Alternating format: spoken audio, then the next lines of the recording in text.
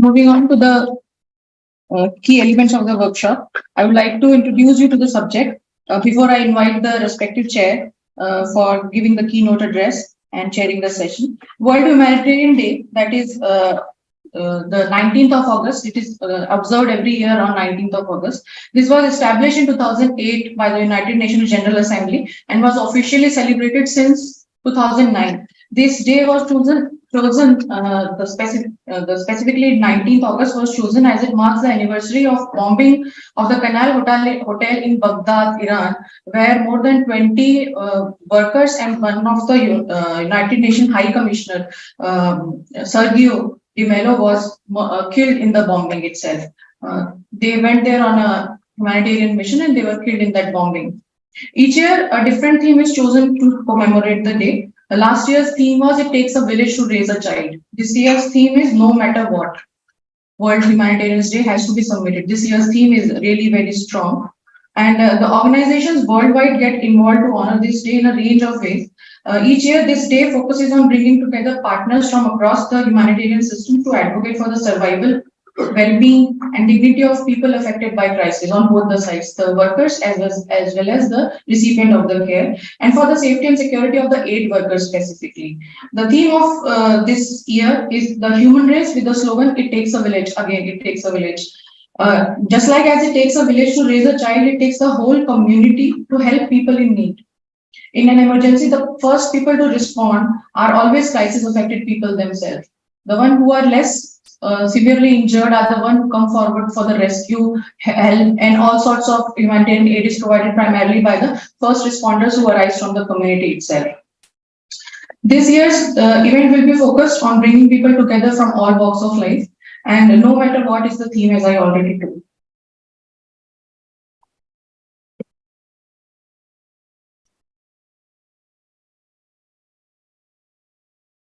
Emergencies generally cause immense amount of suffering to millions of people, and usually the world's poorest, vulnerable, most marginalized are most affected. Humanitarian aid workers, including healthcare workers, strive to provide humanitarian aid, assistance, life-saving assistance, long-term rehabilitation, and disaster to the disaster-affected community, regardless of where they are located in the world, and without any discrimination. That is the key.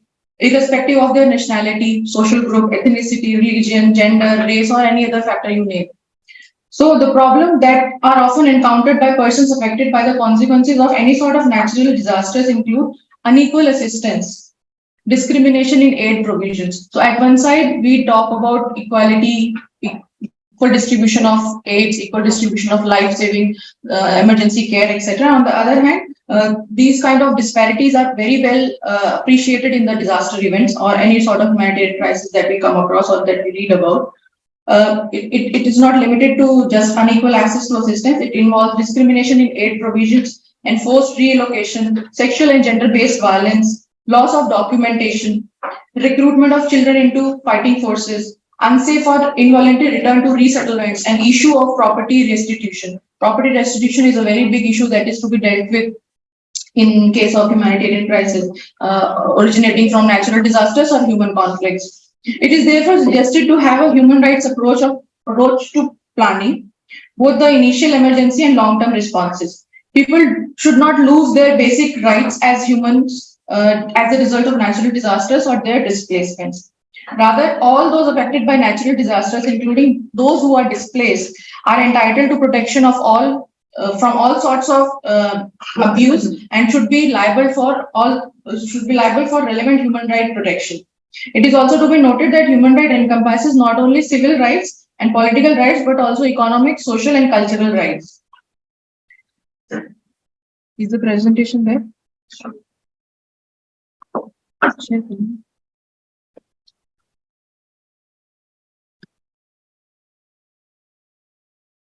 I really want to switch on to the presentation because the last slide which I'm going to read has got some scary and extremely distasteful statistics mentioned into it. So I really want to have everybody's eyes onto it.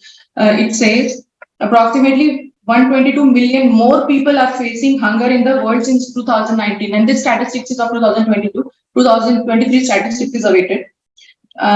So 122 million more people are facing So 122 million more people are facing hunger in the world since 2019 due to pandemic and repeated weather shocks, conflicts, including the Ukraine war. 339 million people will need humanitarian assistance in 2023. That is the speculation, which is approximately 65 million more than in 2022. It is approximately 25% increase, which is equal to approximately 1 in every 23rd person needing humanitarian assistance. It is estimated that between 691 and 783 million people in the world faced hunger in 2022. This number is huge.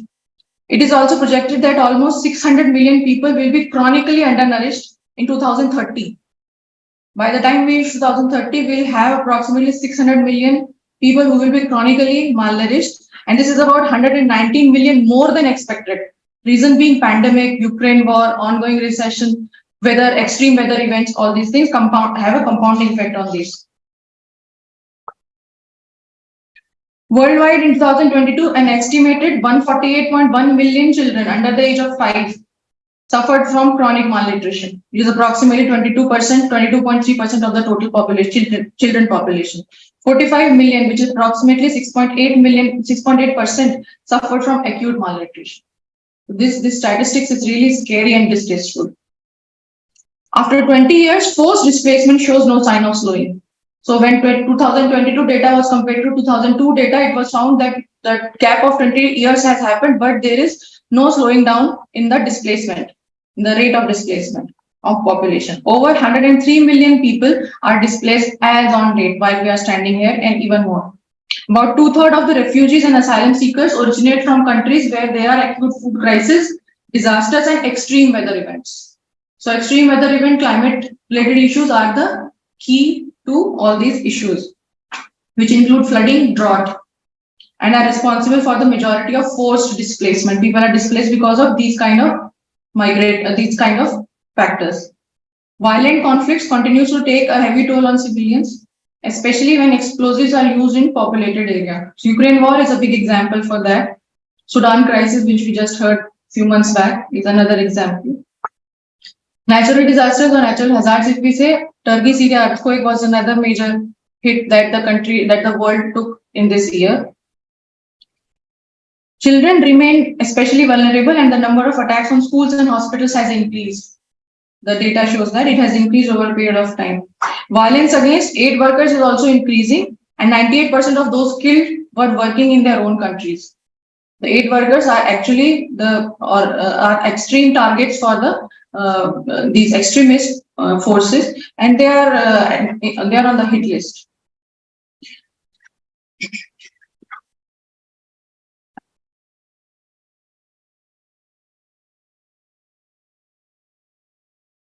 The effect of COVID pandemic, climate change, and the ongoing indirect socio-economic impacts of COVID-19 are interacting and creating havoc in the lives of individuals and communities, while also creating new and worsening the existing hunger hotspots, reversing gains that families have made over a period of time to escape poverty, and is escalating the need for humanitarian assistance more than ever before. And humanitarian workers are also needed in a large number. Humanitarian aid is also needed in large number than ever before. That is the take-home message.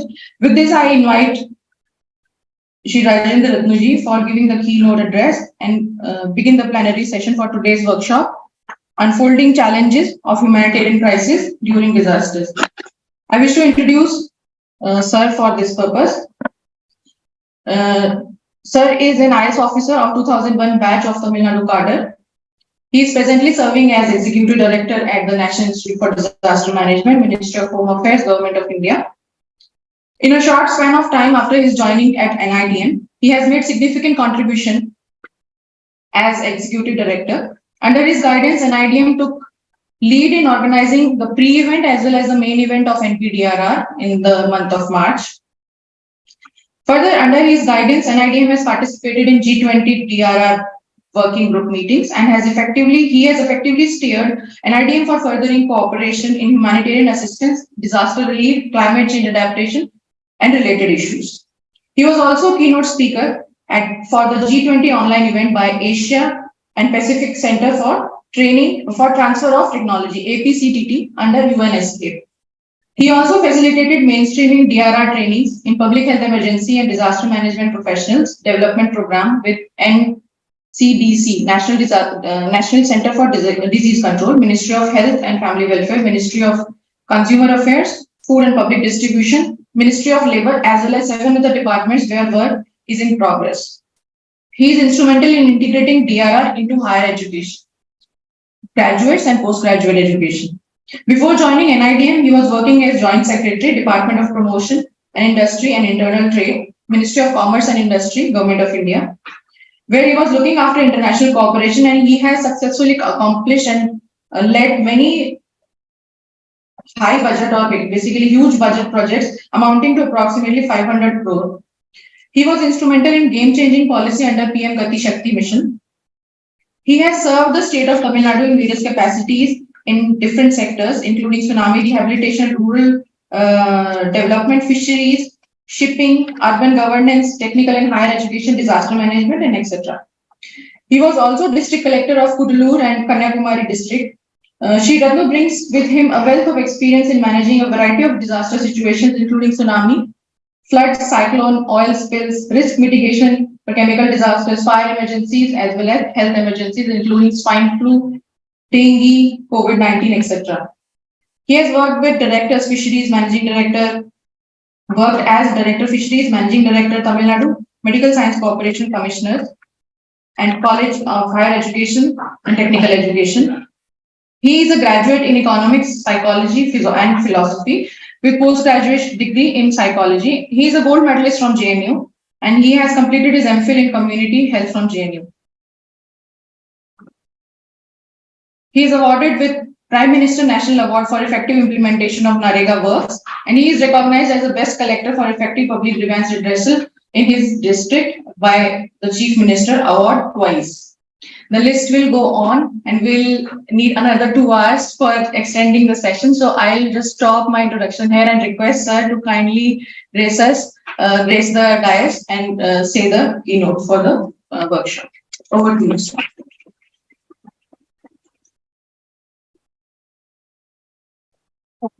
What do you need? Sorry, sir.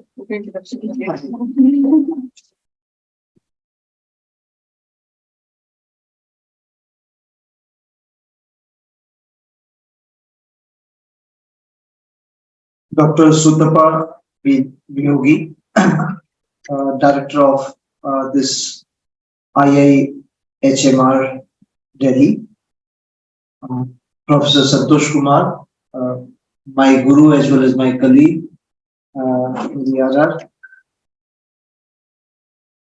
all the esteemed dignitaries, faculty members, dear students. It gives me enormous honor in coming to address this August gathering for multiple reasons. First being that this is a very, very important area you have taken and you are commemorating the World Humanitarian Day, which is very much relevant to National Institute of Disaster Management also, as natural disaster form a very important and integral part of this very important area. Second thing is that coming to an academic institution is also always honor and a privilege, as I started my career as a university teacher, and this gives me an opportunity to revive my teacher in me back and to connect with the students. And third thing, myself as a student of community health gives me added privilege to be interacting with you. So thanks for this opportunity to International Institute of Health Management and Research.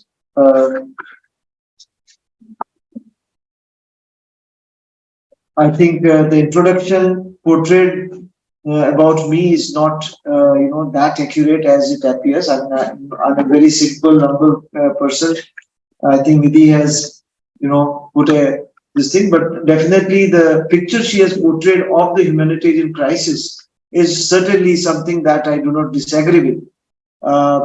And she has very intelligently and very affirmatively backed her statements and narrations with solid facts and figures. And it gives us really an opportunity to reflect at this moment when we are seeing that hunger spots in the world are increasing we are seeing that the humanitarian crises are increasing, and there are projections about 2030 how this distress in the communities is going to increase more and more.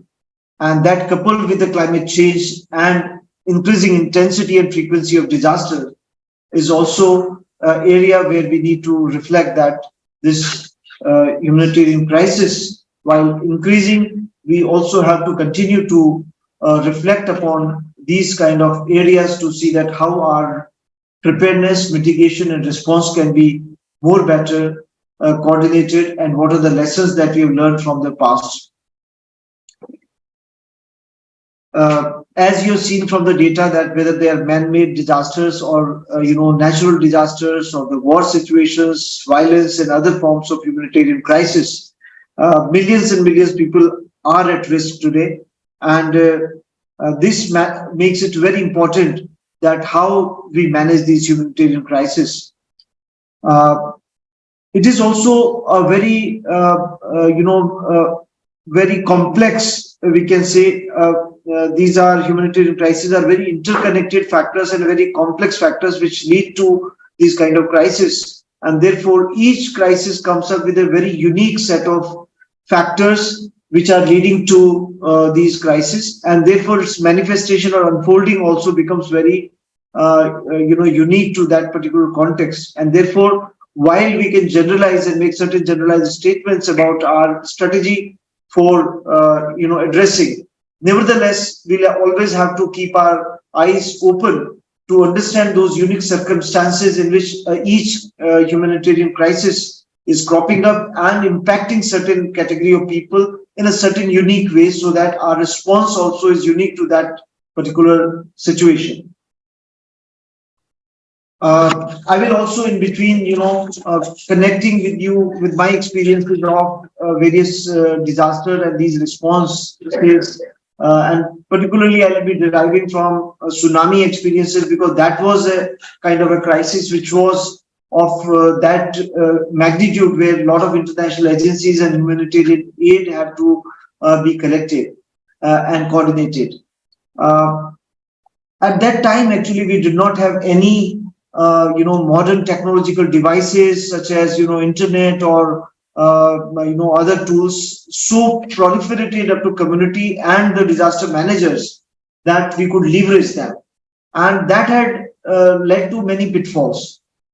Despite claiming that I tried my best to do very well management and I got kudos from so many quarters, when I reflect back, I feel that there were many gaps which could have been addressed. For example, the place where I was working was in a Kadalur district, in a school called Parangipetai, where loads of the old clothes got dumped, because people from outside, they have certain assumption about a crisis with all good intention they bring, but finally the fishermen community which they were addressing has a very unique characteristics. They will remain without cloth, but they will not like to use very undignified, ungracefully clothes given to them.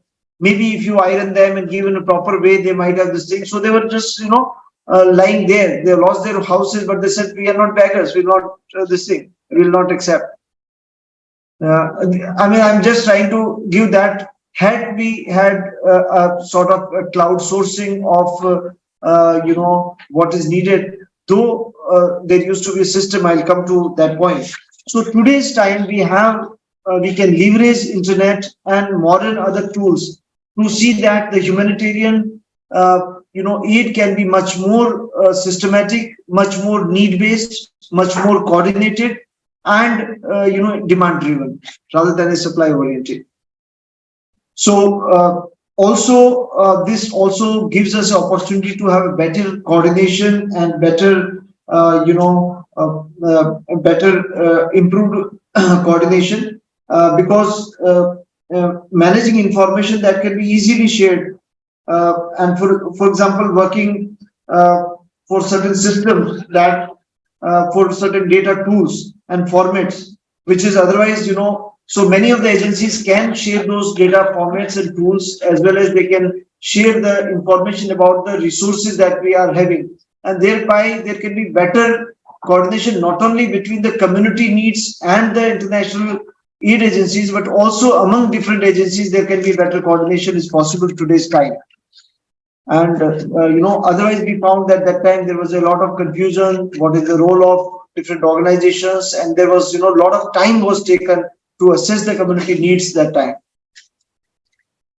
Another very important area is community involvement in any of the humanitarian crisis. Many times as the humanitarian managers, we do armchair theorizing, assuming that community needs this or that, which may be by and large correct, but it may not be totally driven as per the needs of the community.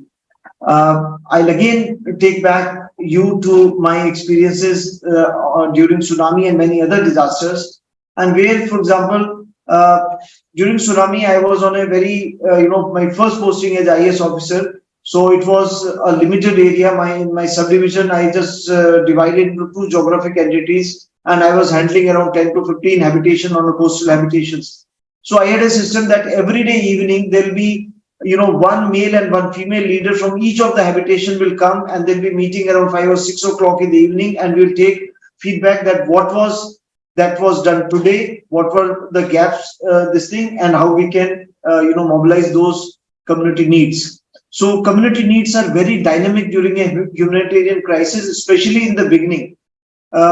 Initially, there may be, the biggest challenge may be to save lives, the injured who are there, the dead, disposal of the bodies. As you move on, then there will be, many other things related to temporary shelters, related to food, water, and basic amenities, crop up. So all these things are very dynamically evolving, and there are many dimensions to it. There is a gender dimension to it. There is a nutritional dimension to it. There is a health dimension to it, and you have to constantly de-jargonize these things and to understand in a simple, understandable language from the community as to what is needed.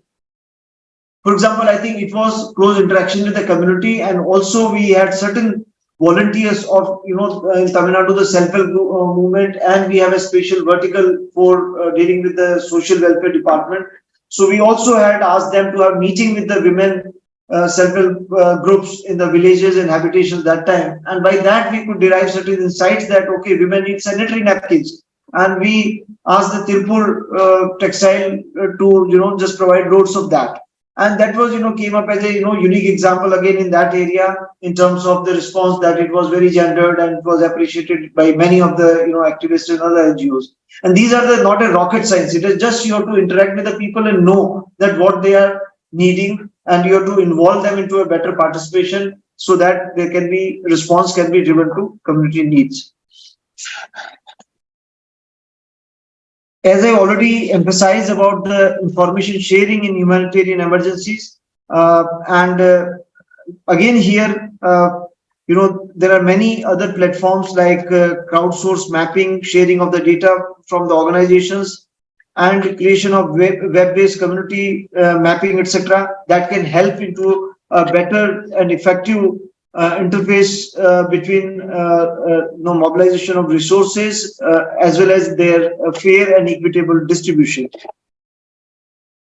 Similarly, the humanitarian aid and this thing is not the communities. As you move on, they are not contented only with that passive recipient of your relief material and just looking that like beggars that okay, you have given us water, shelter, and okay. They are also looking for some medium term and long term goals of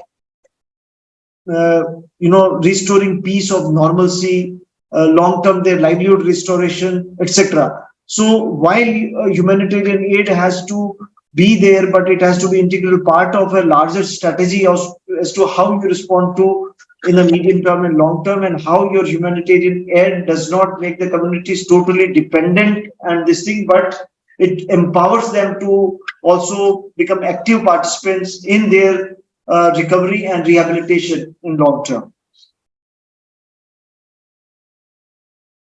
Similarly, each of the organization brings with them different strengths. The local communities, local organization have their own, strengths.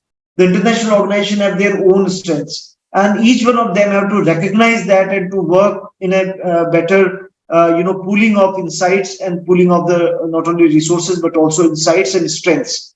So that is an important, learning point. And by that, one can create a mechanism of better collaboration between the local organizations and internal agencies. Rather than competing with each other, they can better collaborate, they can better cooperate with each other.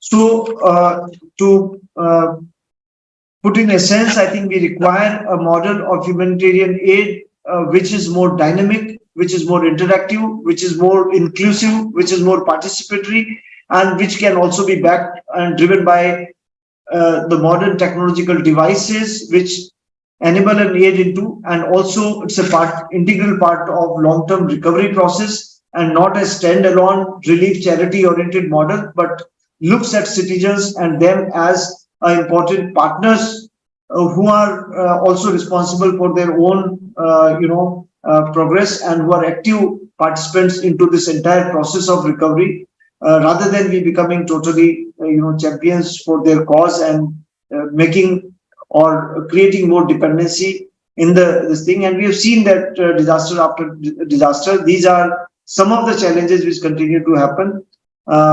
We may sometimes do not understand the unique needs of the communities. There are many dilemmas also that come up. For example, in the fishermen community, the next community is a Dalit habitation, which actually traditionally were fishermen workers. Now, when they're coming to distribute many NGOs are coming to distribute the boats and other things.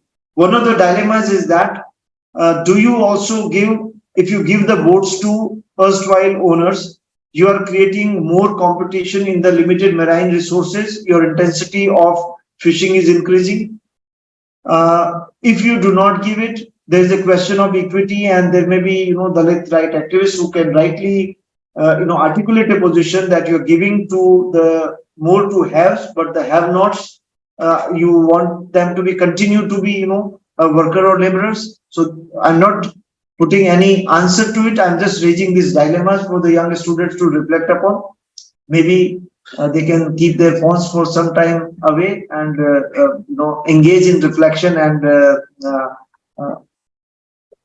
I know this is very challenging, and I think it's also maybe a human right violation to have a session, very intense session after lunch, when the attention deficit disorder sets in temporarily every day, and then asking young students to have very heavy talk, I know is very difficult to digest. So I will not linger on. It's very long. I'll try to summarize it at this juncture, and maybe I'll get more opportunity to be having more interactive session with you.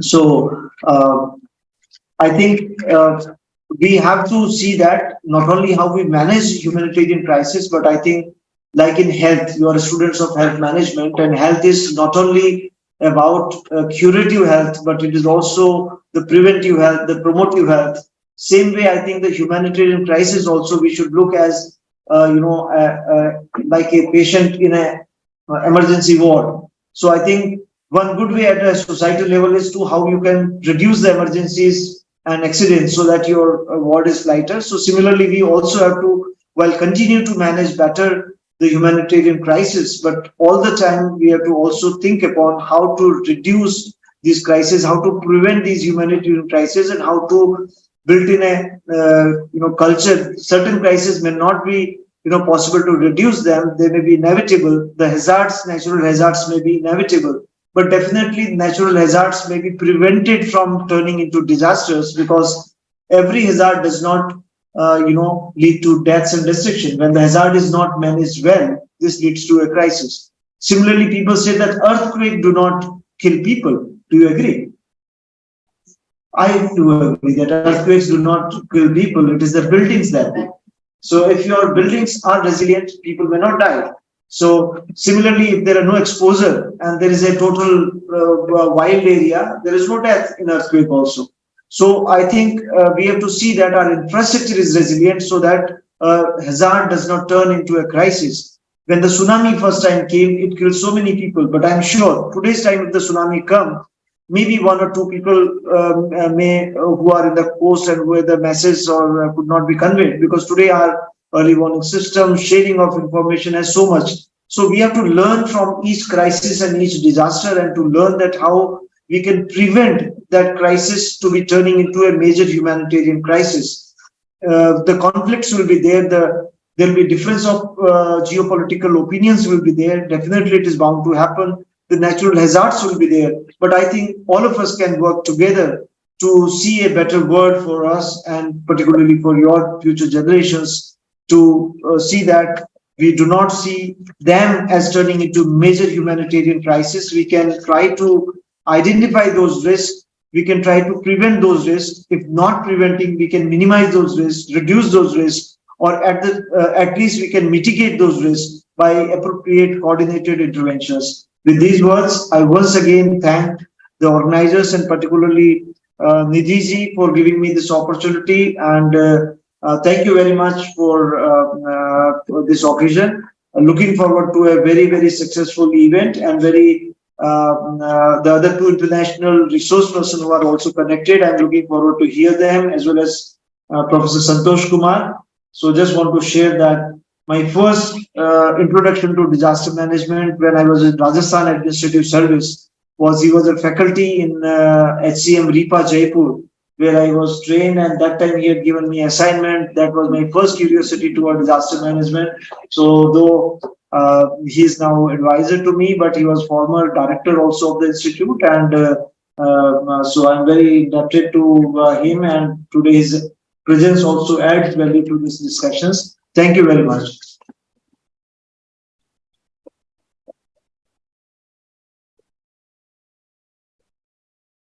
Thanks a lot, sir. And I'm sure the students who are checking their phone must be looking at 4:30 so that they can interact closely with you in person. They can ask questions without the faculty around. So probably they are doing that. Thank you. Want to follow? Okay, thank you, sir. And I completely agree with what you said about Santosh, sir. He is my mentor too. And I have learned a lot of disaster management, risk mitigation, and in the beginning of my career, I used to do take a lot of things, whatever he said, as a guideline for me, or used to be a guideline for me. That is how it is for me. So thanks a lot, sir, for being here. Thanks a lot, sir, ED sir, for giving us this insight. And now I'd like to request Professor Santosh Kumar to kindly provide his insights and valuable inputs on the first session, saving life and limb ethically, the basic premise for humanitarian crisis management. Sir is an expert with 30 years of experience. Sir, please, jo bacche sunna chahiye. Thank you. Thank you. Thank you very much, Dr. Sutapa Niyogi ji, the director of the institution, and Executive Director Sri Rajendra Ratnu ji, who is the chief guest of this occasion. We have Dr. Sahin also with us. He is working with the CRI and also one of the partners. And Dr. Nidhi, you have brought us here to interact with the young mind. There's already ignited mind for the humanitarian crisis. And it's our opportunity to interact with the youngsters to get the things for, like also to comprehend our own thoughts, that what are the challenges for the future which you see is important for us while making a plan, and so on and so forth. When we talk about humanitarian crisis and the very gloomy picture which came up, that the kind of challenges which is unfolding, and this, we see that suffering is going to be much harder than what we have today. And whole of the work which we are working and committed to is for actually eradicating that suffering. And humanitarian crisis and the humanitarian workers.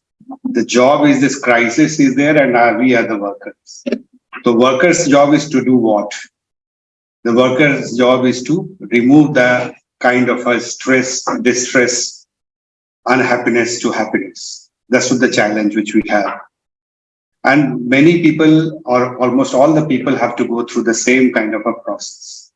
No one is free from the crisis. Everyone in the individual level or the community level or the national level or the international level, we have different one or the other kinds of crisis in our life. At times we cope with, and at times we need help from others too, actually. This type of crisis always happens. So I wanted to understand when we started our career that humanitarian, that was a very prominent word, humanitarian crisis, when we started, say, 30 years ago. And hardly anything, what Mr. Ratnu has raised is very valuable questions. It's not only the reactive, but also become proactive. Youngsters and we all together have to think what the key messages which he is trying to give.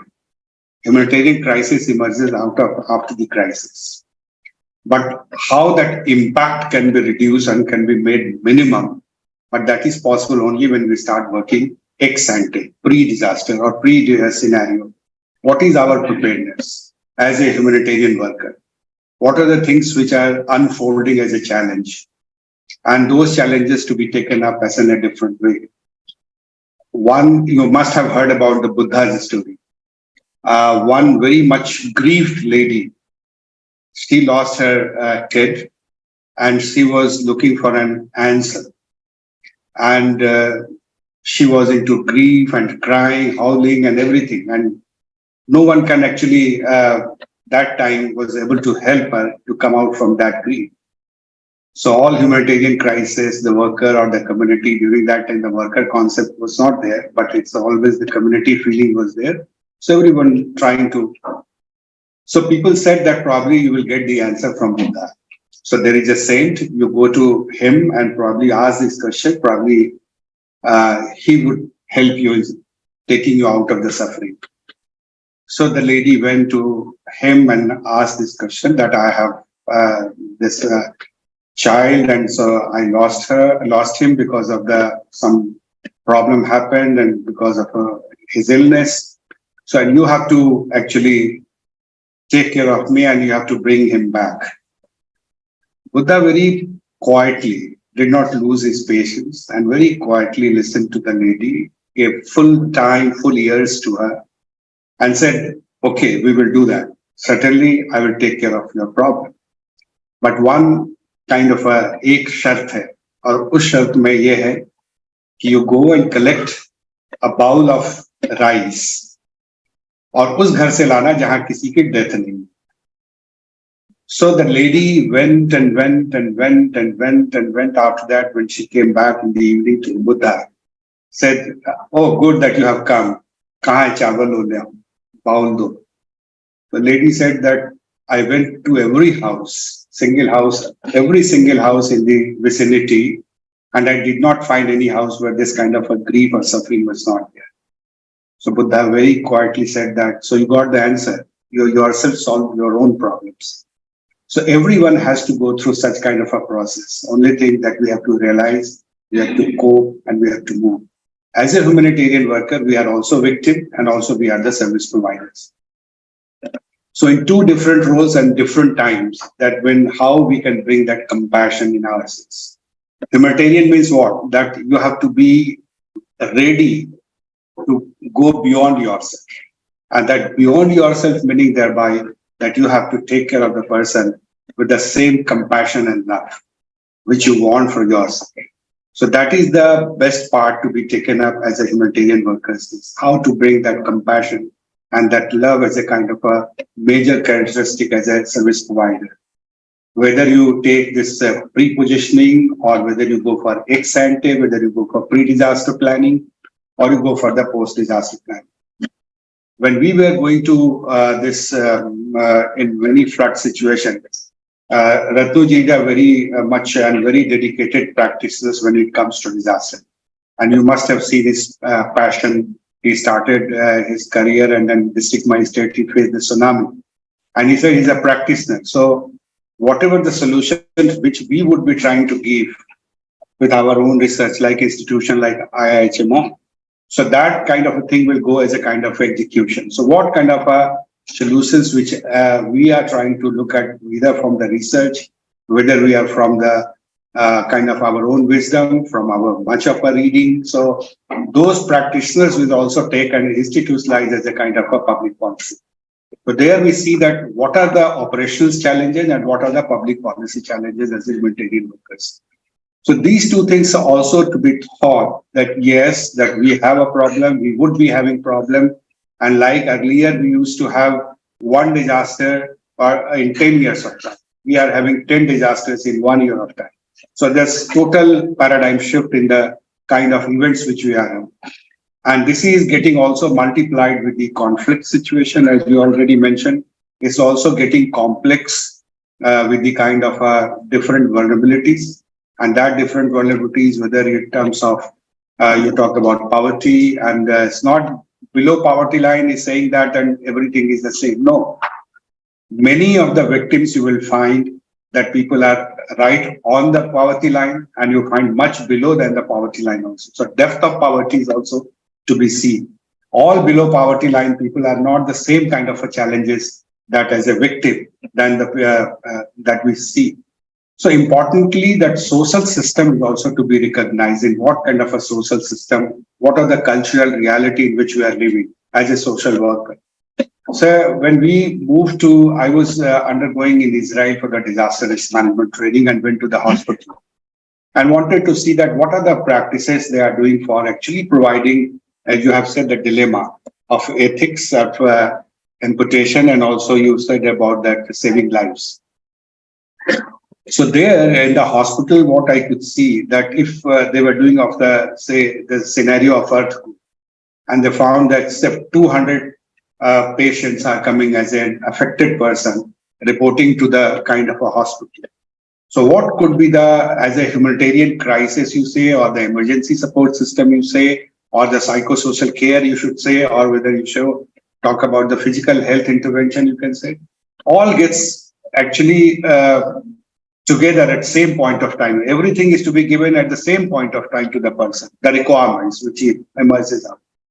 So how to do this kind of this complex reality as a humanitarian worker? And so many of them were, if you don't attend them, they may die, or they go for amputation, or some certain kind of things happen. So what is the readiness of the worker, and what are the readiness of the institution, and what are the readiness of the whole system for addressing such issues? So how to get this IHMR, IIHMR courses for the different hospitals, if you like the kind of emergencies which we had gone to this Himachal Pradesh last week to do the damage and loss assessment, what is happening. Right there, when we are there and people are dying and slip off the whole of the mud, or the pahad gir jata hai, jisko kehte hain local language.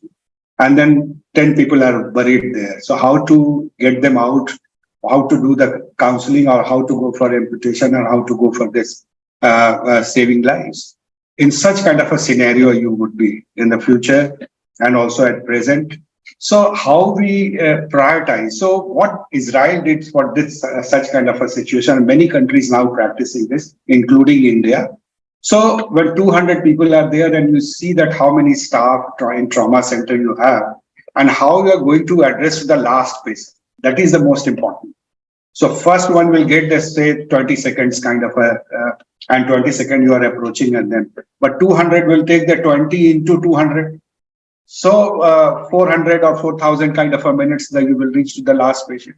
So how to provide that kind of a crisis situation as a kind of a dealing with the life and also dealing with the different challenges of amputation or maybe psychosocial disorder. So those kinds of things would emerge. So that in our courses also we need to look into that what kind of a situation we are into. So those who are living in the crisis situation, those who are the victims, see the plight of the victims, and victims are not a homogeneous category. Victims are very, very heterogeneous. Some will have a very good physical strength, those who will have some very good mental strength, but some, as you said, that malnourished, the children, girl child, the male child, their vulnerabilities are different. So it's not, we cannot say that one size fit to all would work for everyone. So we need to very, very kind of it's a time of specialization. It's a time of science and technology. It's a time for, we say that we are moving into 5G to 6G, and AI and other things, how that could be applied for the humanitarian assistance. This is also very, very important. Scanning a patient, how fast we can go ahead with this. So those kind of things to be brought in our understanding of saving lives and amputation. But always there is a crisis of that deciding to do what. And one word, very heavy word is there, is ethics. So at times, what are the ethical things which comes into play that you have mentioned to address on that? What are the ethical issues which are coming in the way that you are aware and you know that better, that what are the ethical issues which comes in? Many of the places when you go, the service providers, they might ask that I need so much of X money or Y money or Z money, then only I will provide services. At the time of humanitarian crisis, this is ethical value. That how this ethical value of the nation is getting built in the sector for who is providing humanitarian assistance. We say that humanitarian assistance is the kind of, we are going beyond ourselves. We are going as a people are into crisis and we need to help them out. So that is the thing which we need to look at, that how the younger generation think that who am I? मेरा जन्म किस लिए हुआ है? Whether धनराशि कमाने के लिए, अपना मकान बनाने के लिए, बच्चों का लालन पालन करने के लिए, गाड़ी खरीदने के लिए, or something else. These are the means, not the end of the life. So when we are into, we have opted our career as a humanitarian worker or the health worker or this, how we can design and keep asking these questions. They might be very uncomfortable, but also this will give you comfort in the long run. So that kind of a questions need to be asked, that what is my objective of being here in the whole of the crisis situation? When you are sent to such kind of a places, then again you have to ask this question, what for I have come? What is my duty? What is my responsibility? And then you immediately you come out this Constitution of India, this Article 14 to 19. They have given you a right and responsibilities. So there we have to see that right to life with dignity. So where and how you are providing dignity to the victims. Mr. Ratnu has already mentioned about that used clothes were distributed as a humanitarian work. This is not maintaining the dignity. What I am saying is that Chalta Hai approach is over. Bring that digital approach that X is okay, Y is not okay. There is no partial fulfillment. X is there, Y is there. So planning for that how we can best provide those services to the people. I could be victim, my mother could be victim, my sister could be victim. So we are not doing for some others. We can also be a possible victims for any circumstances. So idea is to look into, introspect ourselves, that how we are going to address these issues when it's come to us, and how somebody would behave with us when I am into that kind of a circumstances. That what is my expectations? And if my expectations are not fulfilled, then we will always be kind of a very critique to the whole of the system. So the idea is to how the ethical values can be brought in the minds of the youngsters, and what are the expectations for the older generations. That is our responsibility. If we have not given you a kind of that comfort in the system, probably you can bring that change in that system and take the help of the elders, their experiences, and you bring your own ideology. You build your own ideology that what for you are here. Keep asking before you go to the bed, ask this question, what for I am here? And probably you will get all the answers by yourself. Nobody would say, you don't require Buddha, you don't require Nanak, you don't require anyone. You will get your own answer. So the idea is that how the older generation can help you in shaping your own thoughts. You can interact, not necessarily that you will agree with them, but you try to agree or you try to disagree to agree. So that is this important thing when it comes to the, because humanitarian crisis is not a very simple thing. It's very, very challenging, but very fulfilling as well. If you go, we always say that disaster management, somebody asked that how you have come into the disaster management. I was an economist teacher. I was teaching in the academy where bureaucrats comes to, after completing their civil services, they come for the training. Our job was to teach economics, that contemporary, what are the challenges there. But I've fallen in this by default, but I'm liking and I have no regret in life. I chose this and very, very satisfying. I'm not saying that just for the sake of saying it. But imagine when you are bringing a smile, what Buddha brought that a smile to that lady. So it's very important as a humanitarian crisis. When we were visiting Bihar and a whole family was living on the highway, on the relief camp. As I Tarpaulin seats, you understand very well. Tarpaulin seats and the family of 11 people, plus 2 livestock, cattle. And they were all living 10 by 10. I had written one small piece, was 10 by 10. And in Bihar, that time, the 3 months altogether, they stayed in the kind of on highways. Children were having the 1 or 2 clothes with them. And they were having an drench bhi ho rahe hain aur khel bhi rahe hain. So that other kind of a challenges, skin diseases were emerging. मैं पूछा कौन कौन कैसे सोते हो आप लोग, तो दिन में they had a kind of a different kind of a timing schedule for them. सास ससुर किस समय सोते हैं, बहू किस समय सोती है, बच्चे किस समय, और जानवर का भी रख रखाव करते हैं. So that kind of this is all humanitarian assistance which we are giving. So idea is to relook and standardize it and see that whether 14 to 18 article which we say life and also life with dignity, is it the dignity which we are offering at the time of crisis? No. So many times the challenge of the system is also we are not that prosperous country, we are progressing, but we do not have resources to actually fulfill the dreams of the people always. But we have always faith and we are optimistic that yes, we can do that. But idea is to first, it must come to our mind. Intention is very important for the action. So that intention we have to bring in our as a kind of whenever the ethical dilemma comes in, bring that into fore that yes, this is to be given, what I expect from others, that should be given to them. So that dilemma would be taken care of. So that idea is then how we can actually, I will end with this and I'll just share a small story with you. Mullah Nasruddin ka naam suna? Have you heard about this Mullah Nasruddin? Mullah Nasruddin was visiting, he was a traveler. So one village to other village to other village to other. So he was traveling and sat this under the tree and he was taking a rest. And there was a small pond and village pond. So one of the Sethji of that village came and he was just went for the wash karne ke liye jaate, to unka pair fisal gaya and he just drowned. Usme chale gaya and he was just shouting, save me, bachao, bachao, bachao kind of thing.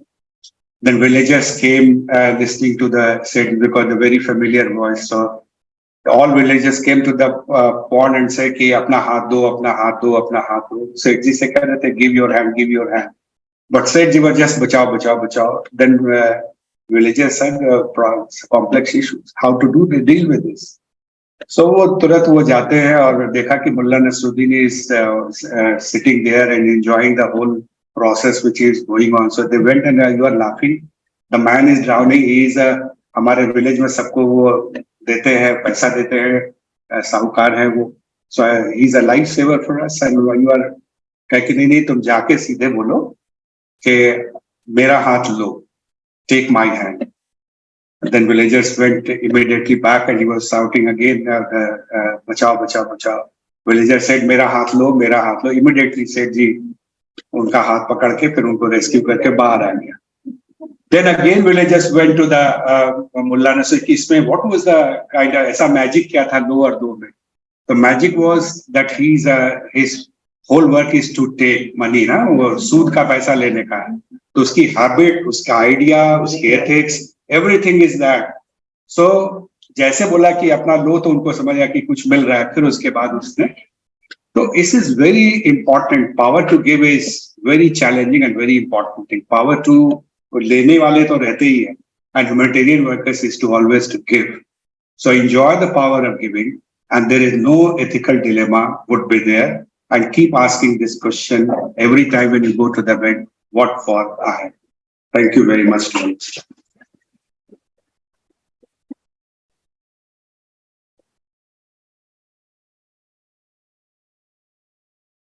Thank you, sir. Thanks a lot. DM is really very fulfilling, and agreeing to the disagreement is the key for life. It's the mantra for life. So we should all learn it from the very beginning, irrespective of the fact we work in which domain of public health. So coming on to the next session. The session is to be delivered by Dr. Abbas Ustad. The title of the session is Disaster and Social Justice, and he is going to present a case study from Iran. Dr. Abbas is a medical doctor, Masters of Public Health and PhD for Disasters and Emergency Health. He is Associate Professor at Tehran University of Medical Sciences and Head of Disaster and Emergency Health Department, as well as Vice Dean of School of Public Health. He has more than 20 years of experience and has conducted several educational and research projects in the field of disaster management in Iran. His main interests are community disaster resilience, refugees, health, climate change adaptation, community-based initiatives, urban health, and social determinants of health. Dr. Abbas, we are happy to have you. Are you connected? Hello, Dr. Nidhi, how are you?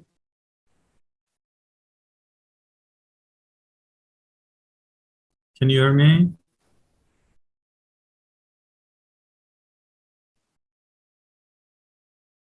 Dr. Nidhi, can you hear me? Yes, Dr. Abbas, we can hear you. Okay. Hello, everyone. Could you please share my slides, please? It's better, I think, because it might be we have some technical effects. Okay.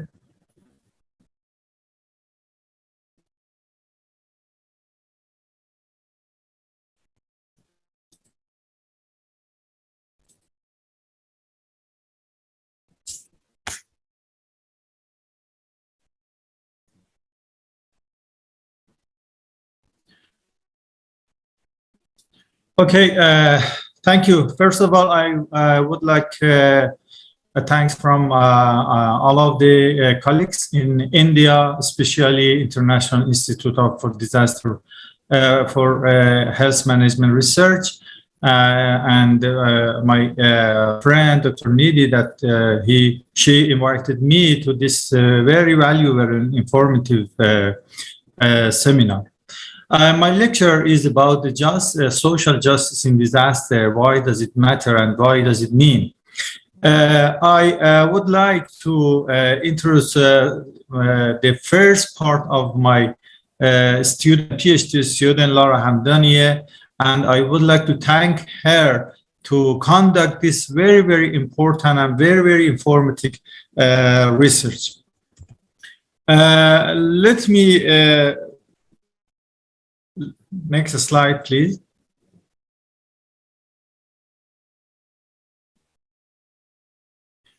As you know, during the history, the approaches to disaster risk management have been changed. If we want to divide the approaches of disaster risk management in two main parts, we can say that the COVID-19 pandemic conducted and very big revolution in the history of the disaster risk management. Why? Because in the pre-COVID-19 era, as we see in the history, the main approach and the first approach was fatalistic approaches. And then after a while, we see that the main approach for disaster risk management changed to enduring approach. And then in the recent year and recent decades, we can see the main approach and the main issues and the main challenges is about the social approaches. But in the post-COVID-19, we see that the health is so important. It means that right now in this decade, the health is the main and is the heart of the, sustainable development and disaster risk management. Next slide, please. So I would like to mention about two main, term and phrase. We have some condition in each community that we name it social determinant of disasters. I'm sure that you know and you are informed about the social determinant of health. But right now, I would like to say about the social determinant of disasters. These items can cause an hazardous event to a big disaster or extensive or an intensive disaster, every disaster, each disasters caused some impact, economic impact, natural impacts, social impacts, that we named is social impact of disaster. Next slide, please. As you see in this slide, when we want to categorize domain of disaster risk management, we can categorize all of the domains in 6 domains. The first domain is institutional domains. As you see in Iran, we conducted this study in 2015. As you see, the main item for disaster risk management in institutional domain, it is so important that the manager and executive, the health worker, and all of the first responder have enough competency for disaster risk management. Not, I want to emphasize in the disaster risk management circle, not just about the responding. As well as economic issues such as income, employment, insurance are so important. Cultural,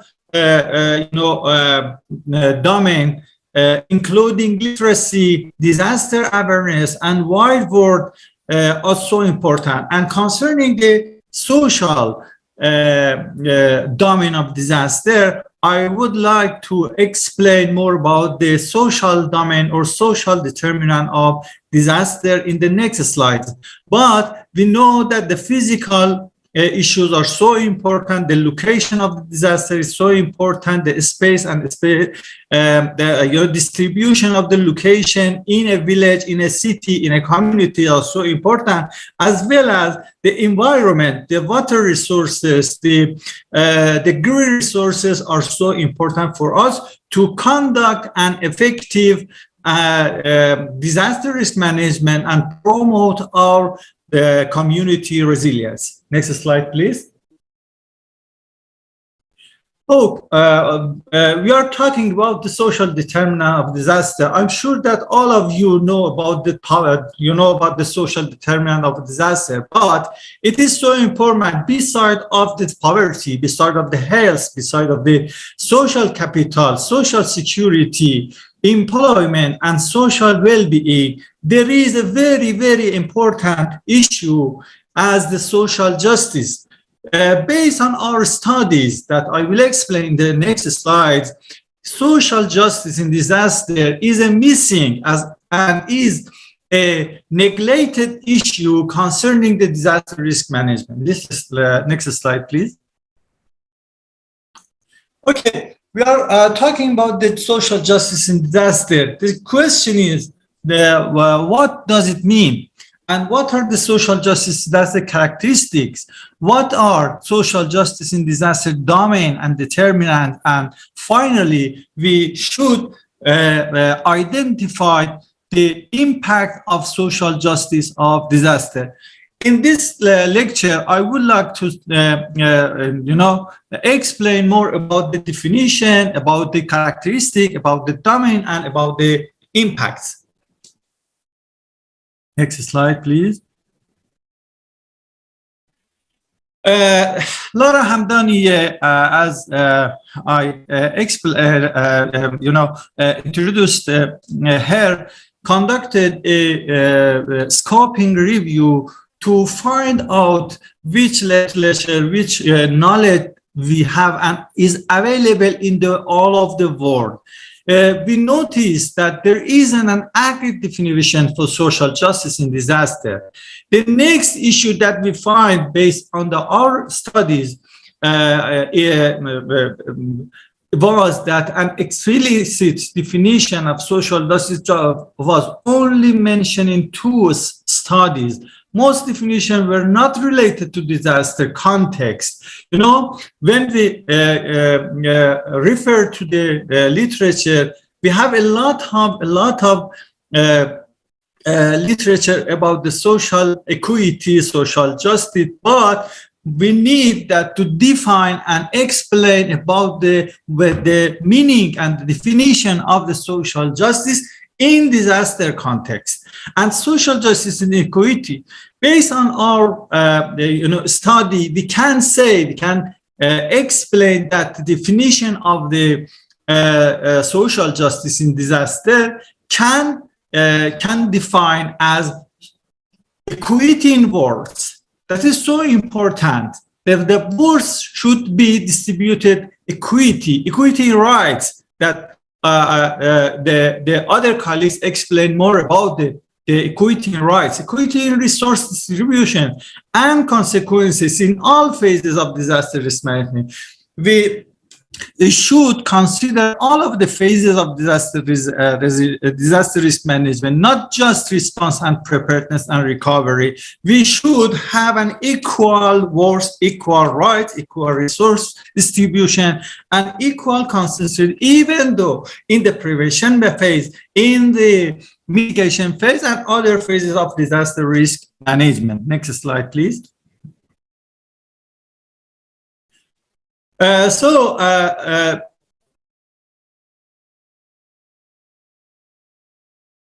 I said, this is the definition of social justice in disaster. Social justice is equity in source, rights, resource distribution, and consequences in all phases of disaster risk management in societies. Next slide, please.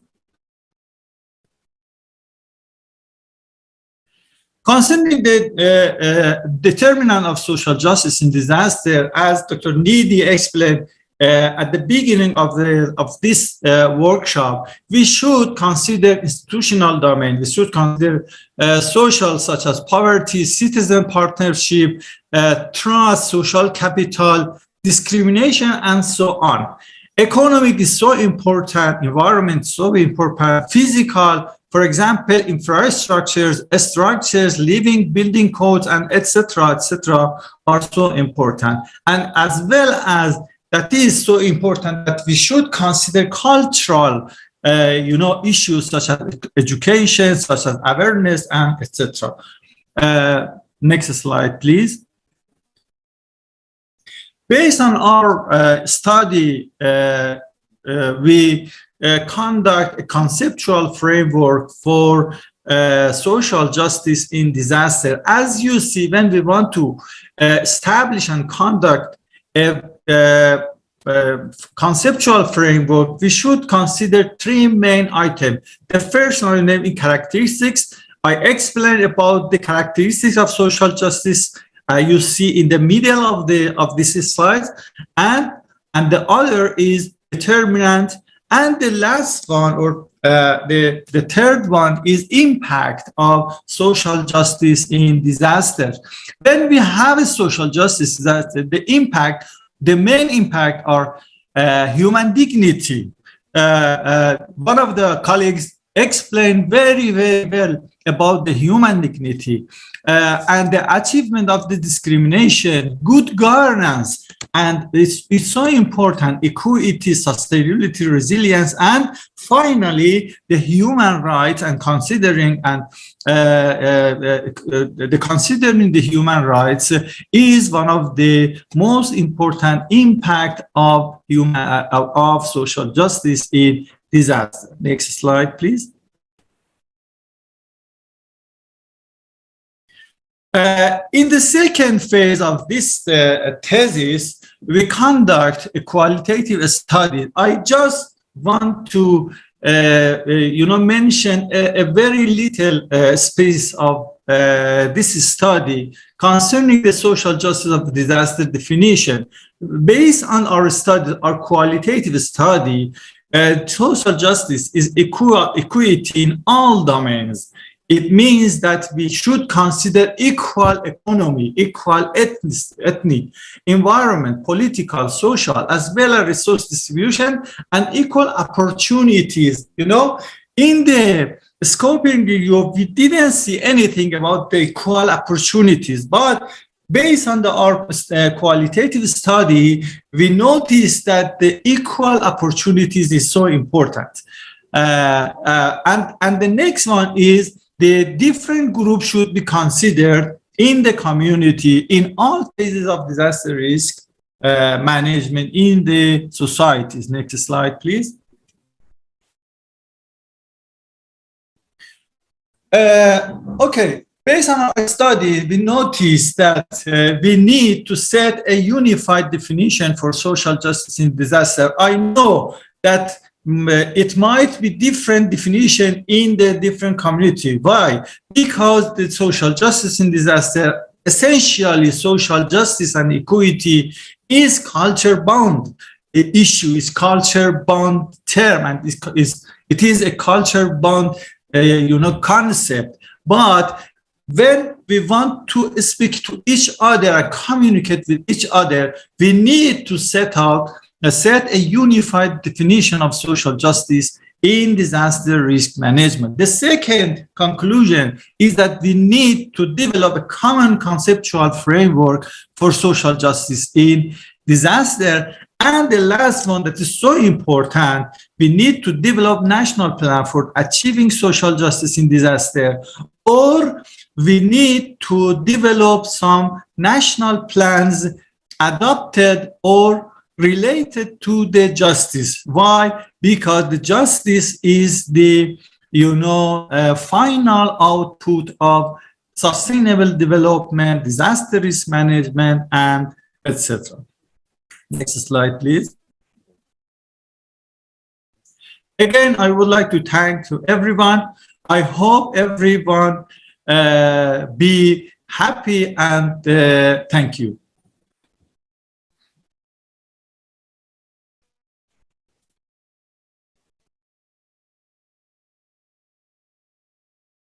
Thank you, Dr. Abbas, for the wonderful presentation, presenting the study and the outcomes. We really need to define social justice, how it has to be, quantified and qualified in terms of understanding for the last person standing on the pedestal, who has to be a recipient of equal care, equal rights, and equal humanitarian aid in the event of a disaster situation.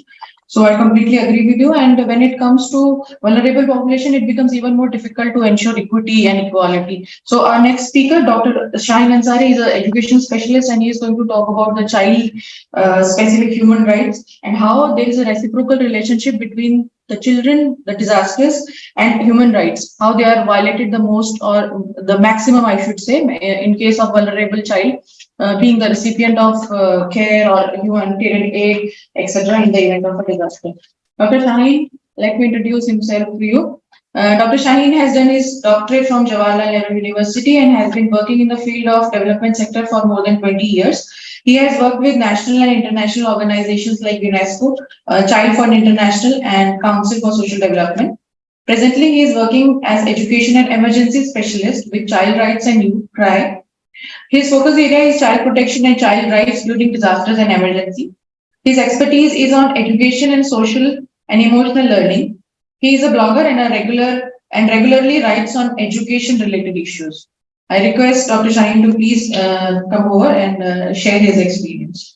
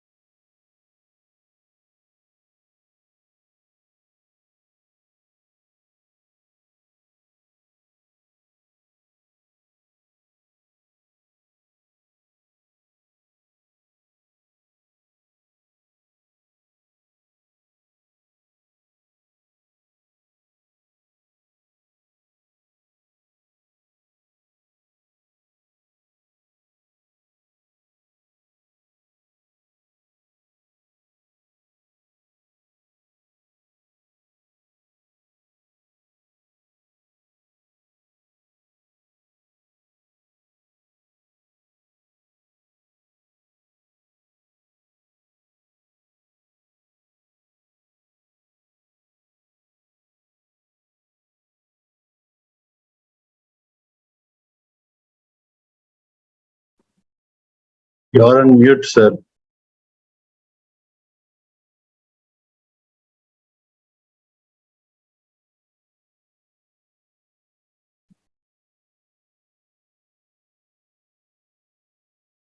Kindly unmute. We can't hear the speaker.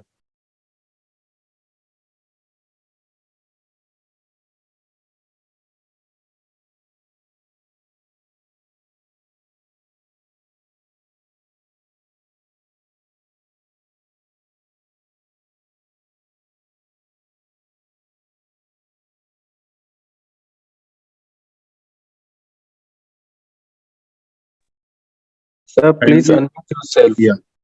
Unmute, please. We can't hear your voice, sir.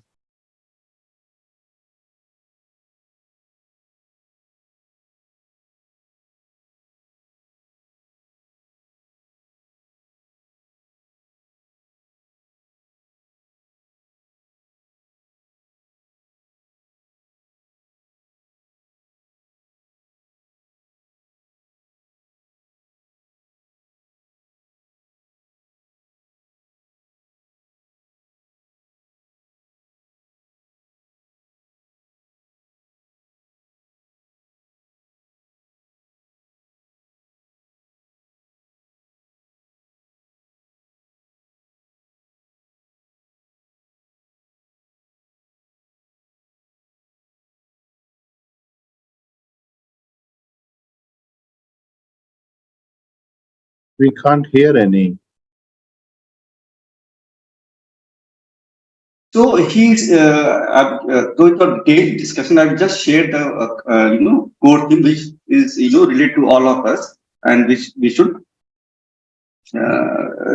discuss on, ponder on this thing.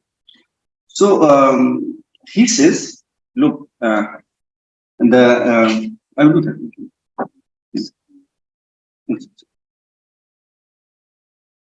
Okay. So he said, look, everything which was created by God has to perform worship. जिसको भी भगवान ने खुदा ने बनाया है उसको पूजा करना, वर्शिप करना. He started with this. And then he said, the same way, he shared 3 examples, like what about the worship of a river? एक नदी का पूजा, इबादत, worship क्या हो सकता है? You have to, if the river refused to give water to passerby, to animals, to human, what is the worship of a tree? एक पौधा का worship क्या हो सकता है? Suppose what if a tree stop giving the giving the oxygen, stop giving fruits, stop giving the shadow, है ना? And similarly, what will the worship of a sun? सूरज का क्या उपासना हो सकता है, बता सकती है? Suppose if sun stop giving you the sunlight, the heat. Similarly, human being has been created for some purpose. So I'm just repeating the Professor Santosh Kumar's why we are born. So we have to think why we are born, why sun is there, why river is there, why tree is there. Similarly, God has created us. अगर हमारा कोई उपयोग नहीं है, then we are not performing our duty. आप कितना भी मस्जिद जाएं, मस्जिद जाएं, गुरुद्वारा जाएं, if you are not performing our duty means if like sun, like river, like tree, then we are not performing our why we are born. So this just start because it reminded me the story of Nizam. I thought we should start with this. So yeah, human rights, child justice. So these are the things we should know, because during the crisis, and now these are developed, but slowly and gradually we are focusing on children. Earlier there was little focus on children and more focus on just one kind of service to everybody. So, but slowly and gradually started learning. So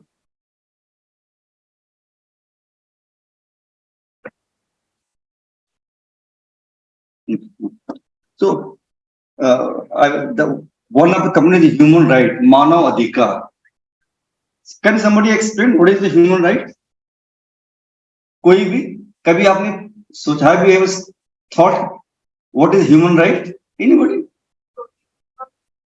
ठीक है, हाँ. There is nothing wrong. You have to just express आपके दिमाग में मानव अधिकार का मतलब क्या होता है. What do you think about human right? Then तभी हम बाल अधिकार की बात कर पाएंगे. Yes, रोटी कपड़ा and right? Yes. Freedom speech, बोलने का अधिकार, सांस लेने का अधिकार, है ना? और ये किसको मिलता है? इंसान को. कोई भी कोई भी इंसान जिसका जन्म इस धरती पर हुआ है, चाहे किसी जात का हो, किसी धर्म का हो, किसी रेस रिलीजन का हो, she has that human right to live with dignity, जो सर ने एक्सप्लेन किया है. I don't want to, है ना?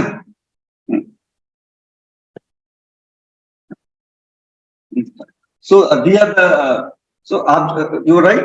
So ये मानव अधिकार, ये human rights started much earlier. It's a era. It started from BC, very historical. But throughout the process, in 1948, it was given a documented form. It was asked every country to abide by this right. That if there is a child, there is a human, she has certain bare minimum. जीने के लिए, एक इंसान को जीने के लिए जिस चीज की जरूरत है, that is his or her right, human right. And that was by UNO, but in every country it has to be followed. In India, we have National Human Rights Commission. Currently, उनका chairman है Justice Arun Kumar Mishra. He was Chief Justice of India, and now he is a chairman of NHRC, which takes care of human rights in India. And so, as we discussed, there are bare minimum which cannot be compromised. So every human has this right. As I discussed, in 1948, this was declared. It's called the Universal Declaration of Human Rights, right? Which was a milestone in the movement for human rights. And this, I say, you say right to speak, freedom, health, everything which makes a human, give a human being a dignified life. It all covers everything.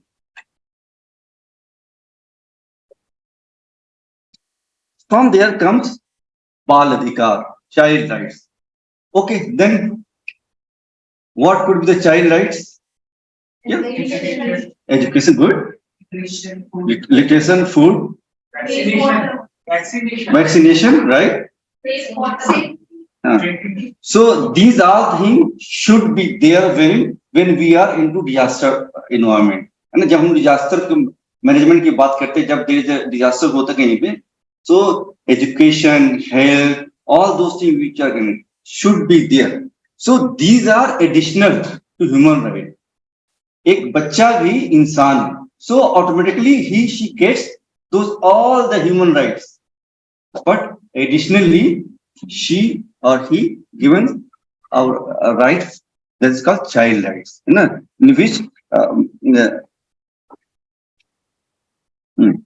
so again the child rights, it started way back in 1924.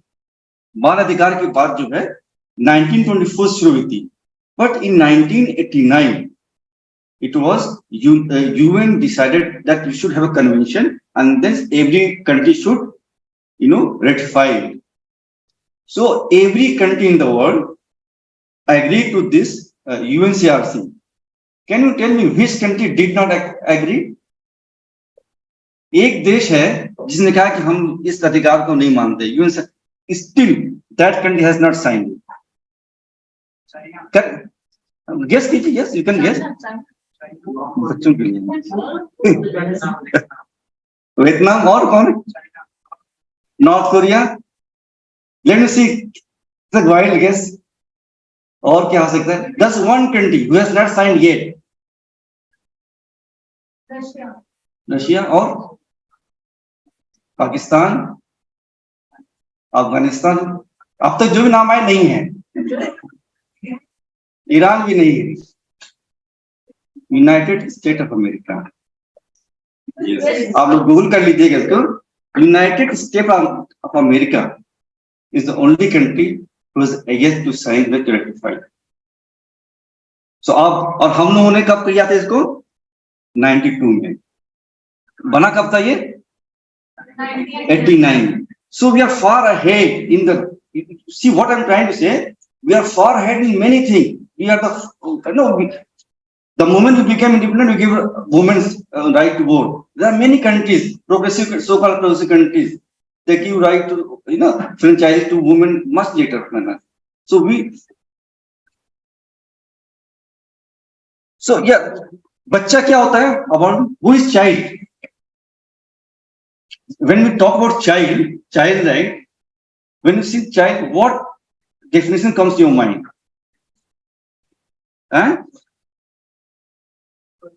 सुनाई नहीं दे रहा है? Yeah, less than 13 is okay. Don't worry. We are not being marked. There is no need to be marking. Yes. Anyone else? Okay, ठीक है. और depending on someone. Anyone else can add value to this argument? किसी ने नई शिक्षा नीति पढ़ी है? पढ़ा उसका नई शिक्षा नीति? उसमें बच्चे के लिए क्या बात किया गया है?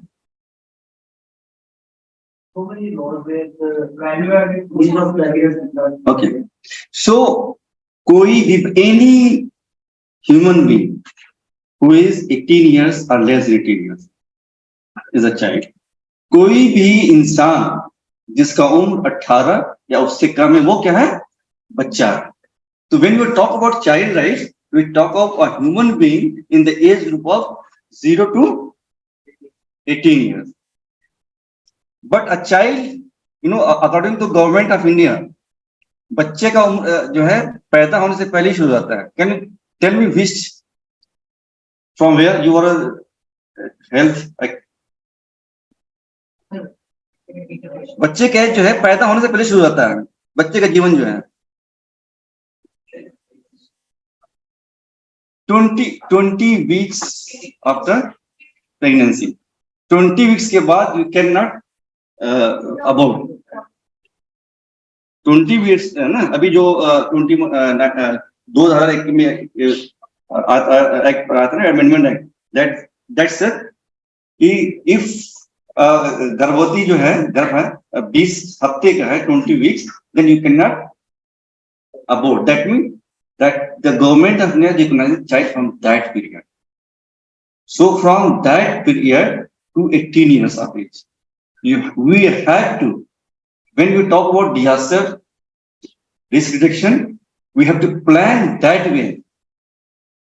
In that phase, it got nutrition, it got vaccination, all those things come. So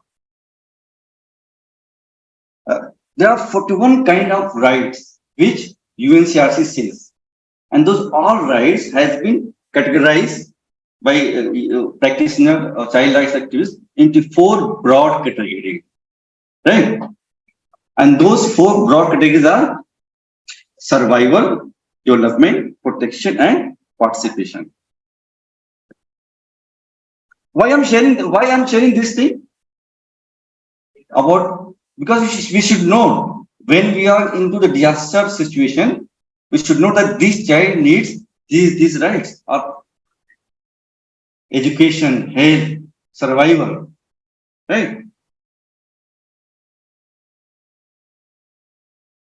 So I will introduce immediately about some rights. Then we move to the how to interact, with the children, how children and adults can work together. So when you talk about right to survival, what things come to your mind? जीने का अधिकार, एक बच्चे के जीने का अधिकार. What do you think? Think about situation in disaster. You are in some disaster. You are in, suppose a few weeks back, you are in Shimla. There was a flood, and a बच्चा है, and pregnant mother है, and what will come to? जीने का अधिकार. What do you mean? हर मुमकिन कोशिश करनी चाहिए माँ और बच्चे ठीक और ठीक है. चाहे वो आप सही बोल रहे हैं. Just say there is nothing wrong We all close. We are, so yeah. आपदा के और आपदा में हर वो चाहे वो स्वास्थ्य हो, चाहे वो बीमारी हो, चाहे वो किसी और हो, हर माँ को आपके मतलब बचने का और बाहर बचाने का। राइट, आप इनकी तारीफ ला सकते हैं अपने साथी के लिए। Yes, you're right. So when we think about right to survival, as this said earlier, 20 weeks after you cannot abort, then right to burn, वहीं से आता है जन्म लेने का अधिकार. We as a fundamental right is the right guarantee in the constitution. कि अगर 20 weeks का कंसेप्शन होता है, that child has a right to burn. Then right to minimum standard of food. Somebody was sharing खाना है ना, you are saying food, shelter and clothing, roti, kapda और मकान. Yes. And right to live with dignity. Right to live with dignity. Sir also shared. What do you mean by right to live with dignity in the context of a child? In the context of a child, right to live with dignity क्या मतलब होता है? What do you think? Yes, why? Yes. ठीक है, हाँ जी, right, या और कोई right to live with dignity. Dignity का वर्ड मतलब डिग्निटी मतलब है ना. सो और कोई ठीक है.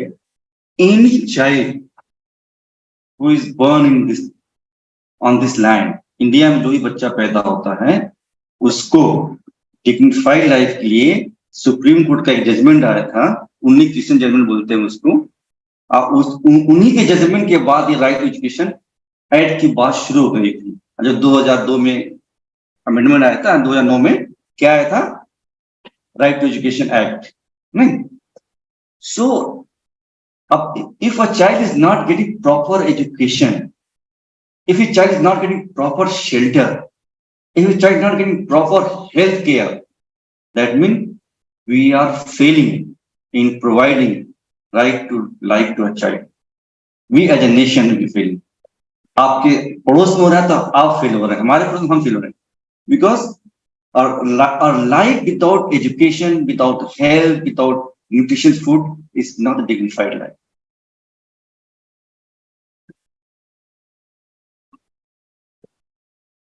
Yeah.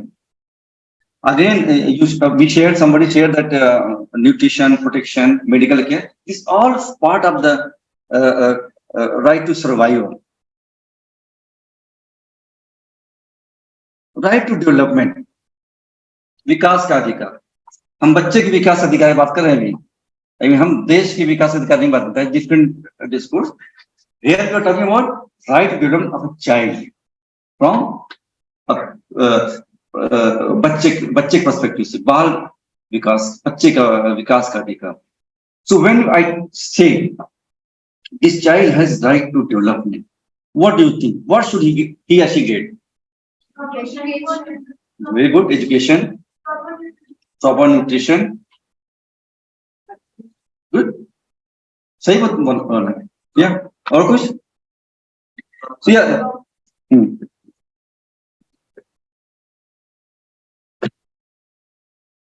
So when the right of development, children have the right to all form development, and from childhood, we should consider there are 3 pillars of development of a child. There are many others also covering that. Mainly, we have to take care of 3. 1, emotional development. 2, mental development, and 3, physical development. These all are interlinked. Why emotional development? Why emotional development is required? एक बच्चे के लिए emotional development क्यों जरूरी है? ये बच्चा की जब पैदा होता है, उसका जो स्टेज होता है वो स्टेज में होता है, वर्क विदाउट इमोशनल किया जाए. बच्चे को हाँ बच्ची मेंटल मतलब माइंड उतना डेवलप नहीं होता है सर और उस टाइम हम लोग को इमोशनल सपोर्ट देना होगा Right, you're बच्चा जो right. है डांटिएगा उसका मेंटल डेवलपमेंट अलग तरीके से होगा तो उसे सही कहा, अगर बच्चों को डांट दीजिएगा अगले बार सवाल नहीं करेगा, वो सवाल नहीं करेगा तो सोचना बंद कर देगा। जो भी बच्चा सवाल कर रहा है इसका मतलब he she is thinking person, he is very right. और सो इफ यू सी ना, emotional support is very important. If a child, it is a established research, that if a child is not getting emotional support in the childhood, he or she may be a different kind of person in the later stage. So for proper, that is why if you see earlier, children in the joint family, children used to be much loved on because the taya, the chacha, grandparents, all were there to support him or her. This emotional support is very important in this nuclear family age, because most of the nuclear family, her husband goes to father and mother both are working and children are at home. So we have to work on this emotional development, how we can fulfill this thing. Mental development through education and learning, that we have discussed about this later, and physical development through recreation, play and nutrition. These all are very important, and this is important during, if not even at least after the disaster, when we are recovery stage, post disaster scenario. We have to provide emotional support to a child. We have to provide books, we have to provide bat ball, we have to provide football, all those things, because for a child, they don't know what happened. Immediately after the disaster, when we are working on recovery, we should not only focus on food, medicine, all those things. We have to focus on children with what they are want: books, storytelling, game, football, cricket, all those things.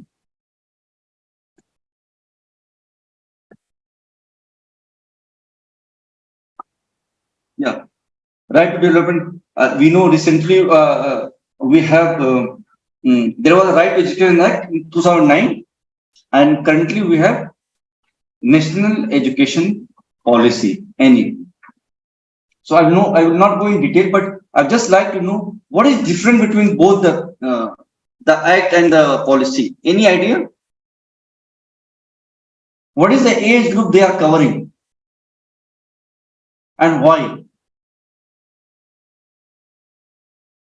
Right to Education Act, since we have less time, so I'll just Right to Education Act covers children in the age group of 6 to 14 years, right?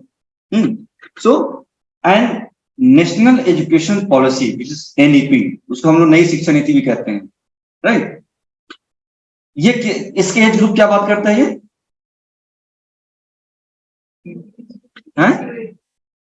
6 to 18 years, or anyone else? 3 to 18 years. Okay. Now the question arises now: why government decided to increase from 14 to 18 years a year covered from 3 to 6 years? First, let us discuss about 3 to 6 years. Why the government thought about this? इसके पीछे क्या logic हो सकता है? आप लोग सोचा आपने? टेक्नोलॉजी एडवांसमेंट, ठीक, और from health point of view, from biology point of view, ठीक है, दिस आल्सो अब 3 to 6 sir, 3 to 6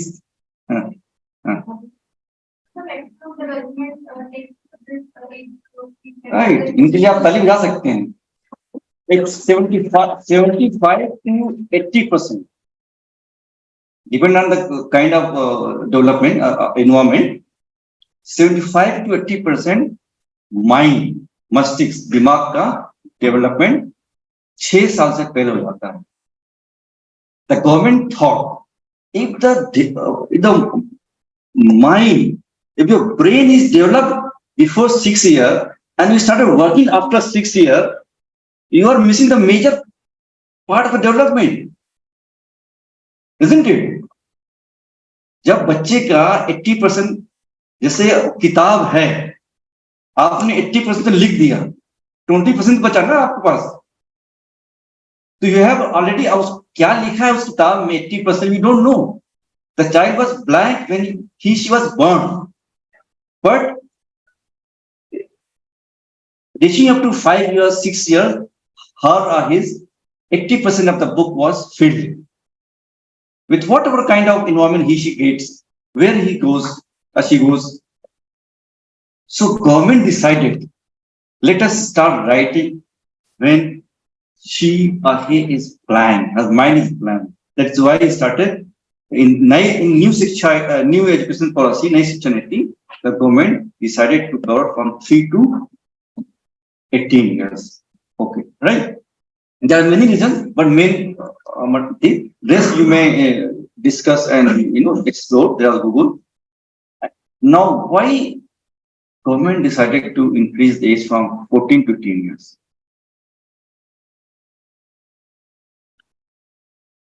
For the problem, over by that period, and after that the child can be Yeah, you're right. It's 14 years के as में कौन सा class pass करता है वो? 8. So you have this. Yeah. So yeah, now you are right. Others, why government decided to include 14 to 18 years in new education policy, नई शिक्षा नीति? सर, ये प्राइमरी एजुकेशन, बेसिक एजुकेशन, उसके बाद हो जा रहा है specialised education. So basic. When we are talking from the point of your right, अधिकार, है ना, and right to live with dignity. आप सही कह रहे हैं. हमें कह रहे हैं, अब इस सवाल को दिमाग में रखिए, right? Yeah, you are right. Don't. I'm just saying, when you are saying, we also keep कि कौन से अधिकार का वो उसको मिलेगा. What kind of horizon he or she will be open for? वो कौन सा दुनिया है उसके लिए खुल जाएगा when वो 12वीं पास करेगी इंस्टेड ऑफ 8वीं पास करने. मैंने आप हिंट दे दिया. 12वीं पास करके क्या कर सकते हो आप लोग? कौन सा कोर्स है जो 12वीं से पहले होता है? Can you become MBBS, lawyer, doctor, engineer? No, सबके लिए क्या जरूरत है? 12 and ITI can, but we don't want our children to just go for ITI. We want. It's one of the for technical knowledge. Yes, you're right. When a child is when we were educating, we were saying that the right of these children are being, sidelined. If a child, when you talk right, you're talking about the right from all, not those children who can afford. हम तो पढ़ लिए. When we're talking about the right, we talk all the children in the age of 3 to 18 years in India, irrespective of her region, her religion, her race, her income, her parents' income, है ना, location. कहीं भी पैदा हो, किसी भी जात धर्म का हो, हर बच्चे को 12वीं तक पढ़ने का अधिकार मिलना चाहिए. ये yes. Just mention every child has the right to be educated till the age of 18. But a child labor act is till age of 14. Yeah. Yeah, you're right. But उसमें जो है वो बच्चे, देखिए वो तो उस पे भी बात हो रही है कि एज को बढ़ाने की बात हो रही है ना. हम लोग जो चाइल्ड राइट्स पे काम करते हैं, हम लोग का मानना है वो जो है 18 साल तक का बच्चा कोई काम ना करे. You are right. Very good question, very good. हाँ, लेकिन उस एक्ट की वजह से उस बच्चे का अधिकार पढ़ने का खत्म नहीं होता है. You getting me? उसमें ये कहता है एक्ट कि जो बच्चा 14 से ऊपर है वो काम कर सकता है, कर सकती है, बट वो नहीं कहता है कि वो बच्चा पढ़ नहीं सकता है, नहीं सकती। Some of the states have tried this. For example, Rajasthan passed on a notification in 2012, rising the age for child labor from 14 to 18 years. So there is a lot of debate. The Child Marriage Act, Child Labor Act, और जो बाकी जो education वाले जो child की definition है, they should harmonize. So that is also a reason of bringing 18 here, and there is a lot of debate in the Child Labor Act also to the section for disability. बस ठीक है। सो अब हम थोड़ा fast चलेंगे, उधर से message आ गया है उनको। So we can discuss over the cup of tea if there is any question, right? अब बाद में बात कर सकते हैं। You have my so right to protection, सुरक्षा का अधिकार। व्हेन आप सोचते हैं क्या होता है? Social protection. देखिए, हम लोग we are in the urban city, but there are many children in rural area who has to walk a lot.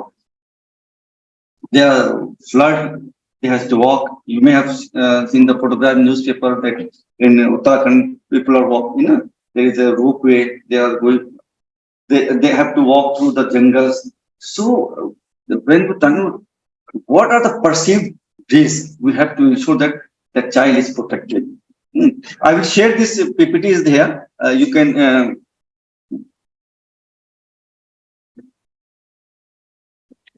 again, the same thing, we have to create a safety net where a child is free to walk into the school, come out of the school, and there is no, violence she or he faces on the way to school or in the school. Yeah. And participation का मतलब क्या था? What is his right to participation?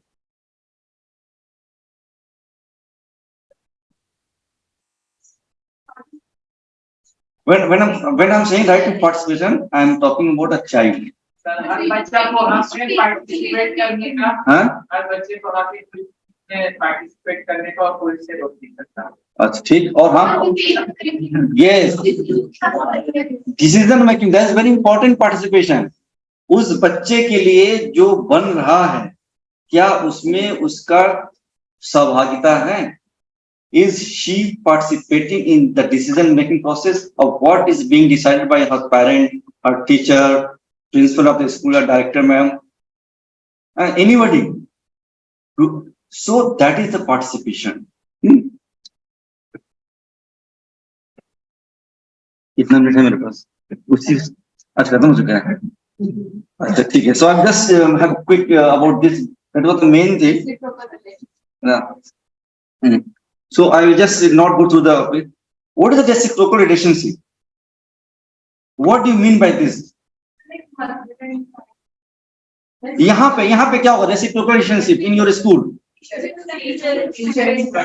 हाँ, हम लोग ऐसा काम करें, that we should help each other.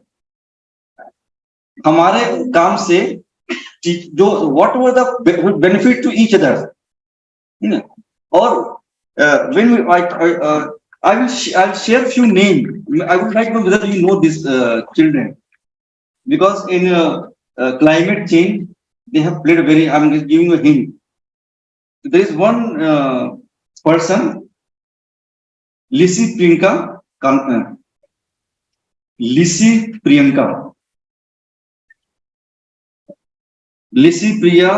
Kanjugam. She is from Northeast area. I will share. I'll just give another name. Haziq Kazi is from Pune. Bilal Dhar. One thing common in all this thing. Bilal Dhar is from Kashmir. One from Northeast. She's Haji is from Pune. Kazi. Bilal Dhar is from Kashmir. And another is Greta Thunberg. You know? अपने देश बच्चों नहीं जानते हम लोग। ये तीनों चारों में एक ही कॉमन है। All are children in the age group of 10 to 15 years के age group में, they are creating history for climate change thing. और इसमें से एक बच्चा है जिसको प्राइम मिनिस्टर ने अपने मन की बात में उसका जिक्र किया था, और उस बच्चे का नाम है, संभव तो वो इंडियन बच्चा है। अब जस्ट गेस कीजिए, आपको 3 नाम दिया मैंने, लिसिप्रिया, हाजिक और बिलाल था। प्राइम मिनिस्टर ने अपने मन की बात में क्लाइमेट चेंज की बात कर रहे थे, तो उन्होंने इनमें से एक बच्चे का बात किया था, और उसके बेसिस पर उस बच्चे को उस स्टेट का एम्बेसडर बनाया गया था क्लाइमेट चेंज का, और उसका नाम है बिलाल था। बिलाल, और क्यों बनाया गया था? कश्मीर में एक बुल्लुल लेक है, बुल्लुल लेक जो एशिया का सबसे लार्जेस्ट फ्रेश वाटर लेक है, और उसमें जब हम जैसे लोग टूरिस्ट जाते हैं तो खा करके नैपकिन जो है, चिप्स खाते हैं, नैपकिन जो है फेंक देते हैं वहीं पे। दैट वो बच्चे के अभी 15 साल का है, बिलाल दर की उम्र अभी 15 साल का है, 15-16, अब थोड़ा बड़ा गया हो गया। And that he started collecting those, you know, जो भी ट्रेशेस था उसके अंदर, वाटर बोतल, all those things, he started and he cleaned lots, and then when some news reporter visited there and he recognized, oh, this guy is cleaning the lake, then that was reported, case story bani, and then somehow that story reached to our prime minister, and he mentioned him, and then he became the ambassador of Kashmir Valley Municipal Corporation.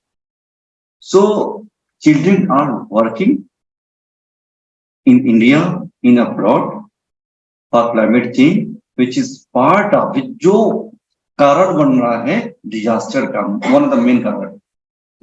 So we should also be ready to work, contribute, so that we can help, mitigate those causes of the climate change. Thank you.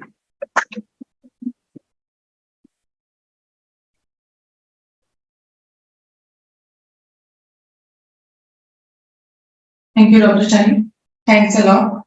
Students are really interactive in your session, and because of the lot of questions that you put towards the children. So students are quite interactive. So coming on to the end of the session, this is the last session that I am going to call for. The session is titled Disasters and Opportunity for the Opportunist. This is to be presented by Ms. Ipshita Shi. She is the registered nurse at Stoke Mandeville Hospitals, which treats generally the spinal cord injured patients, maybe war victim, maybe some sports victim, or maybe disaster victims. Stoke Mandeville Hospital, United Kingdom, is the best rehabilitation hospital dedicated for the management of spinal cord injuries, especially high tetras. High tetra injuries are to be treated best at Stoke Mandeville Hospital. She is a registered nurse there. She has more than 10 years of work experience, and she is a master's in nursing, pediatrics. Is her specialty. She could not attend the session live, so she has given a recorded presentation for us. So we'll just run that presentation, the recorded one, and for the benefit of the workshop. Can we start that?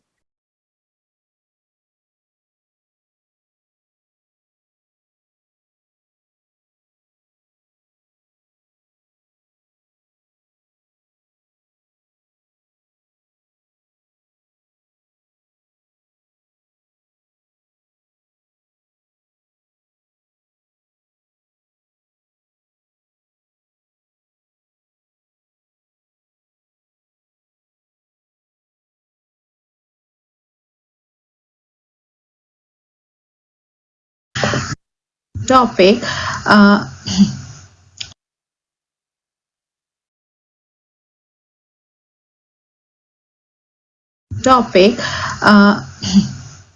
when the natural disasters strike, they often cause the personal and the financial difficulty for both individuals and communities, and can result in loss of life, as we all know.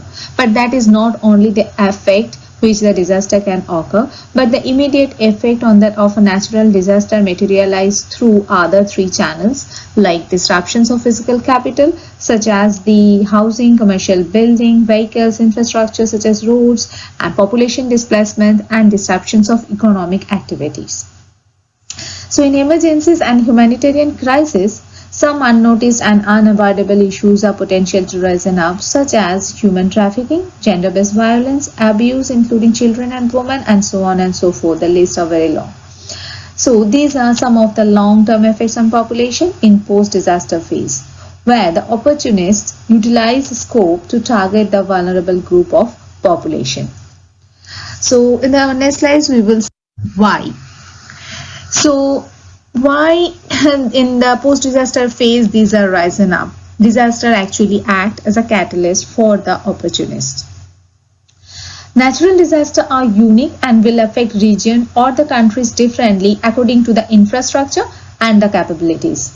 A disaster may necessitate displacement, and any subsequent destabilization can increase in the individual's risk, obviously. If a natural disaster does not necessitate displacement, damages to the region can increase in the likelihood. For example, in 2007 and 2009, cyclones in Bangladesh damaged millions of homes, acres of croplands, and thousands of kilometers of roads and embankments. People may be more vulnerable because they are displaced from their home and temporarily staying in a shelter. Then they are separated from their families and friends, disconnected from supportive services, unable to safely arm. They are economically unstable at that moment. So these are very important issues. Other than that, we can also identify some other issues like people won't speak the local languages, and that is make them more vulnerable because they can't communicate with the local authorities. They are afraid of physical harm and stigma and have no access to assistance, services or protection provided by the local laws. So we start with human trafficking. Why? What is human trafficking? Let's discuss that one and how this is increased during the post-disaster phase. Human trafficking is a very, very serious public health concern both domestically and worldwide. Perpetrators of human trafficking manipulate and exploit others' vulnerabilities for profit. Human trafficking is a crime that occurs when the trafficker compels a victim by force, fraud, or coercion to perform labor, services, or commercial sex. And it is the world's second largest criminal industry, generating an estimated $150 billion annually. So during environmental or public health disaster, traffickers can control victims through their need for basic resources such as food, water, shelter, and other control methods can be physically assaulting or threatening serious harm, psychologically manipulating or shaming, providing false promises about work or living conditions, pretending to have an intimate relationship, pretending to provide protection, withholding wages or debt bondage, isolating the victims. So these are various ways how the traffickers catch up the vulnerable group from the population in post-disaster phase and put them down and make them channelized towards the human trafficking. If we are talking about human trafficking, the most vulnerable groups are the two. One are children, is a woman. So if we talk about child trafficking, children orphaned or separated from their parents, women who have lost their homes and livelihoods, and migrants flooding into the disaster-stricken area to work are particularly at risk for trafficking post-disaster. Illegal adoption can also occur post-disaster as traffickers take advantage of displaced children, selling them to remote families who believe they are helping a child in need. It was prevalent after the 2010 earthquake in Haiti, when an unknown number of children were taken illegally from the country for international adoption. So this is really very bad. And women trafficking, that is another weaker part of the society. Women also face an elevated trafficking risk post-disaster, especially for sex trafficking.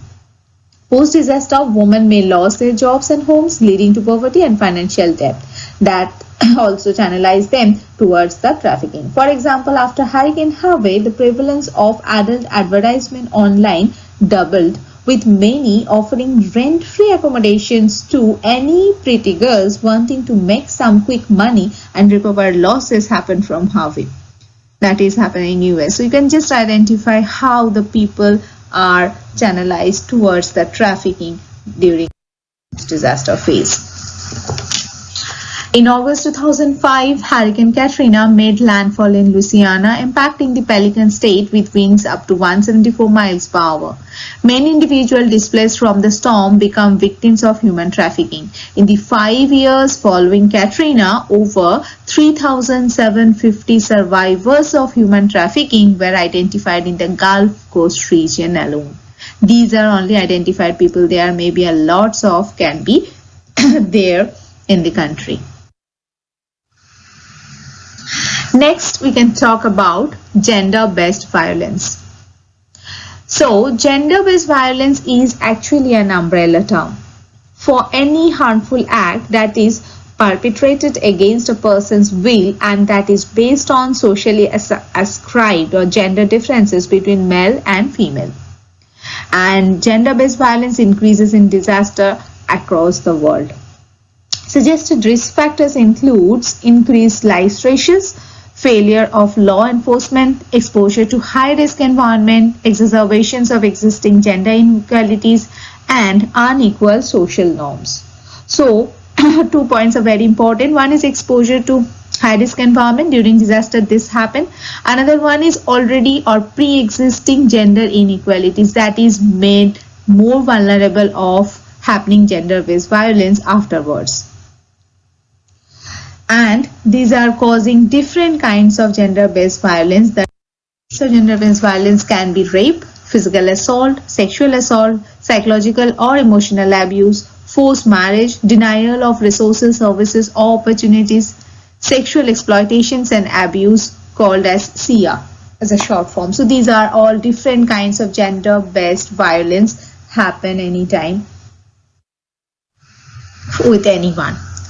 So if we talk about gender-based violence in Latin America, data reveals that on the southern frontiers of Mexico, 70% of migrant women are victims of violence and 60% suffer from some kind of sexual abuse during their journey. Brazil and Colombia are the main transit points for trafficking in Latin America, and the Dominican Republic is listed among the 4 countries of the world with the highest proportions of women trafficked for sexual exploitations.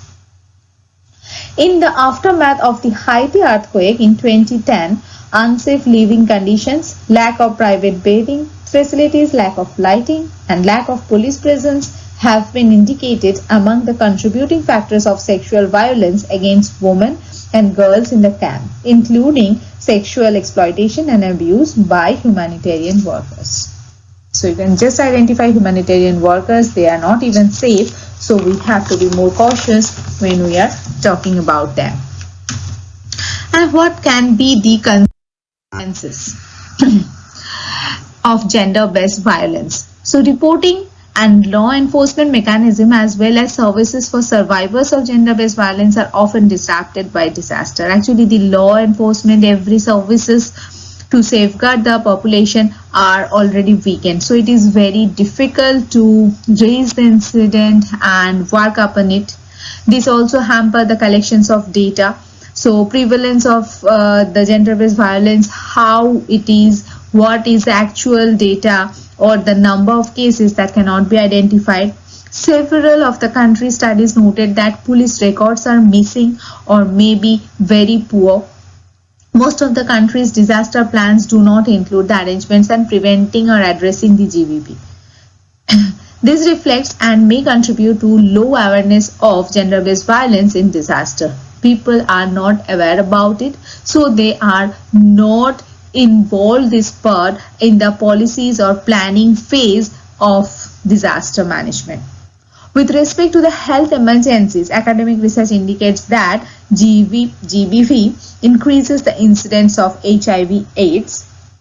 Afterwards, anecdotal reports from practitioners and government indicate that gender-based violence increased during the Ebola crisis even.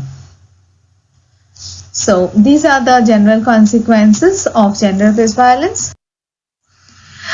Another point is very important, and that is for the most vulnerable group of the society, that is the children. Children are the most vulnerable in disaster. Typically, in developing countries, children hold a high percentage of the population. Because of the consequences of climate change, number of natural disasters is rising, and every year around 400 disaster occurs globally, affecting the most vulnerable groups. Among them are the children.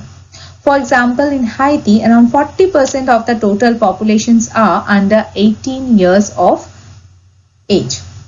Physiologically and psychologically, children have less chance to cope and survive in acute and chronic traumatic incidents.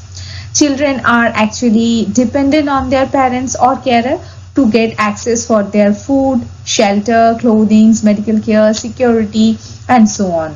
So they are very vulnerable group of the society. In addition, they suffer more from physical injuries too. So disaster lead to the disruptions of social structures, and the social structures normally used to protect the children, and during disaster these are disrupted, so that increase the exposure and likelihood of the violence, particularly against the children. So that is causing them abuse. If we talk about different scenarios of child abuse, we can see significant increase in violence were observed before and after Katrina's storm.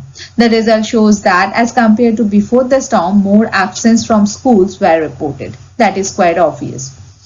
And research shows in 2007 in Bangladesh, after flood, the most families affected by the flood of 90% find it difficult to find food and shelter, and thus become more violent for their children at home. As they cannot fulfill their own need, they cannot give feed to the children, so they are making them more abusive. They are become more abusive towards their children, maybe physically or sometimes emotionally. A large population of the children were subject to violence of their parents during the floods, 70% by mother, 40% by the father. The research says that. The level of violence was related to the socio-economic level, and the lower the status of the family, the more violence was applied. And it is also seen that mothers are more emotionally abusing the children, whereas the fathers are doing more the physical abuse. So these are the different aspects of children abuse has been seen because of the disruptions of the normal social norms. That is the reason it happened. And some of the sexual abuse are also related as a part of the child abuse. These are all comes under gender-based violence. So these are different issues that are rising up post-disaster phase. But now the thing is, what action can be taken to face the gender-based violence or the trafficking or abuse in emergency context? Due to the complex environment that accompanies emergency situations, the issues of human trafficking, gender-based violence or abuse are not often incorporated as a variable of immediate or necessary attention by government or non-governmental organizations. So it's very important that we give more attention towards that factors. And however, it is essential to protect the rights and dignity of all persons affected by the disaster, including migrants, before, during and after an emergency. Some fight against trafficking in person in emergency situation must be understood as a measure of immediate assistance to save lives. Trafficking must be considered as much of a priority as any other response to an emergency situation aimed at guaranteeing to comprehensive protection of vulnerable people, whether national or migrant. That is why anti-trafficking activities deserve a place in the comprehensive protection approach that is applied in emergency situation. So these are very big terms we are discussing about.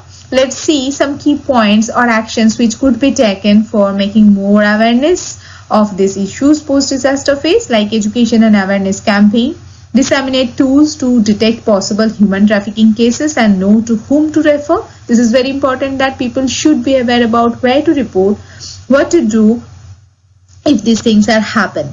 Then execute preventive and non-reactive actions. Then good coordination among governmental, non-governmental organizations, the camps, the shelter. So these people must provide a good support services to the vulnerable group, and their immediate basic needs must be fulfilled, like getting access of the food, water, proper lighting, sanitary services for the women and the girls. So these all basic needs, if these are fulfilled, obviously the rate or the chances of But the focus needed in certain aspects, like sexual and gender-based violence, is a topic for further studies. When I got this topic to discuss about, I didn't find so many different research studies on these topics, because these are all very different kinds of topics where the incidents are not reported at all. The data these which we are getting that are also misleading us, because the numbers are not actual, and the research studies which already has been done, these are also very few to make some generalized conclusion or help in developing some planning or policies in preparedness of disaster. So despite the importance of the recent humanitarian crisis in Syria, Iraq and Yemen, this disaster have not been adequately studied by researchers. With regard to the violence against children, we can see that these are the common example we can find, like these are very recent issues already happened. There also the research has not been done for the violence against children. Similarly, the earthquake in Pakistan, the Iran with substantial damages have not been studied in reviewed articles. So the research articles are mostly for the physical damage, the loss of life, the immediate effect on the population. These all issues has been discussed, but not the issues like human trafficking or all, where the opportunities or the people who are making this kind of crime is not been identified or enlightened, so that we will get the exact data and make some preparedness, the planning about the same. Basically, gender-based violence, human trafficking, child abuse in emergencies caused by natural disaster is largely neglected area of concern both globally and regionally, lacking attention by both disaster management and international gender-based violence players. Not only do few studies exist on the possible linkage between these issues and disaster situations, but also very few programs have been implemented to address these issues in disaster response and recovery. The main gaps are in the area of disaster preparedness, with essentially no mention of GBV related issues in either contingency planning or in early warning. On the other side, disaster recovery appears more mindful of the need to address and mitigate gender-based violence trafficking among the affected population. So actually, the need is to implement the policies and procedures in the preparedness planning of the disaster and identifying these issues, and then we can aware the people more about the same, so that the vulnerability of the population would be reduced afterwards, and this kind of issues cannot be risen up too much. That way, maybe these issues can be going down a little bit. For all these things, we need more research, more data, so that we can get the actual number, how these are affected. We can get actual scenario, maybe domestically or the globally. That way, we can be more enlightened with some of the studies and which help us for some future planning and preparing for the disaster management. So that is my topic as the disaster opportunity for the opportunists. I hope you get little idea about all these things which we have discussed today. These are a few sites where from I got some idea and some relevant data to discuss all these things in my presentation. As today I am not present, so if anyone have any queries or any, please you can contact me in that mail ID, that is ipshita.she@yahoo.com. I hope you got some idea about the topic. Thank you very much.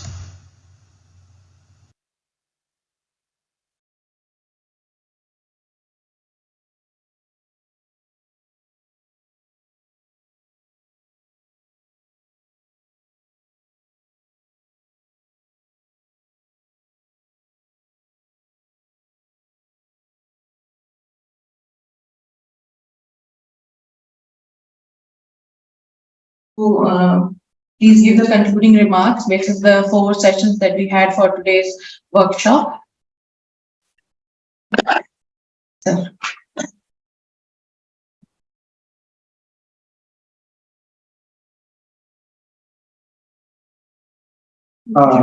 Good evening to all. and enthusiasm with which you are clapping. I wonder whether this was for speaking or concluding. So the message from students is very loud and clear, but it is a unceremonious responsibility given to me to put all such intense sessions in a nutshell. Uh, I'll start with Dr. Santosh Kumar, who very beautifully portrayed the role of young volunteers in a humanitarian crisis, and how from Buddha's story and anecdote he derived that bringing a smile on the faces of people should be the motive. He also brought Mullah Nasruddin's story by telling that it is a giving which is more important. So I think I salute your pedagogy, that how you bring the storytelling in between to make it more interesting and beat the challenges of post-lunch session by your interesting, and also how the readiness of systems and individual, as well as his quote on agreeing to disagree. So that is a basic premise of any democratic society, and we must invite that. Professor Abbas Ostad Taghizada, he narrated how the dimensions of disaster DRR framework pre-COVID were more dominated by fatalism, engineering, and social approaches, while post-disaster has brought the health dimension also into the discourse, and that the social determinants of disaster and social impact of disaster are the important elements of this framework. And he portrayed that poverty, health, social capital, social security, employment, and social well-being are important social determinants, and social justice is an important social determinant. It's often missing from the discourse and debate on DRR. And also he, dwelled upon the definition of social justice and various dimensions of, social justice from the rights perspective, from the resource distributions, and from the consequences in all phases of DRM, how it is important. Dr. Shaheen Ansari had very nicely made us, learn many things through very participatory and interesting pedagogy, that about the child rights, about how the Child Right Convention, India was leading in rectifying that, and the country, he made us all get surprised about the one country which did not sign it. So how the prejudice and biases work in our mind is also reflected. Even I was thinking it may be Pakistan, Afghanistan, something, and none of us had guessed that it could be US. So sometimes our mind also gets prejudiced. Similarly, he has also spoken about the child rights, important child rights of survival, protection, development, and participation. I hope I'm not missing any one of them. And Education Act of 2009, and as well as National Education Policy of 2020, how the age criteria are differing and what are the logic and rationale behind this, change in this thing. And he has dwelled beyond that, how the child human rights are very important.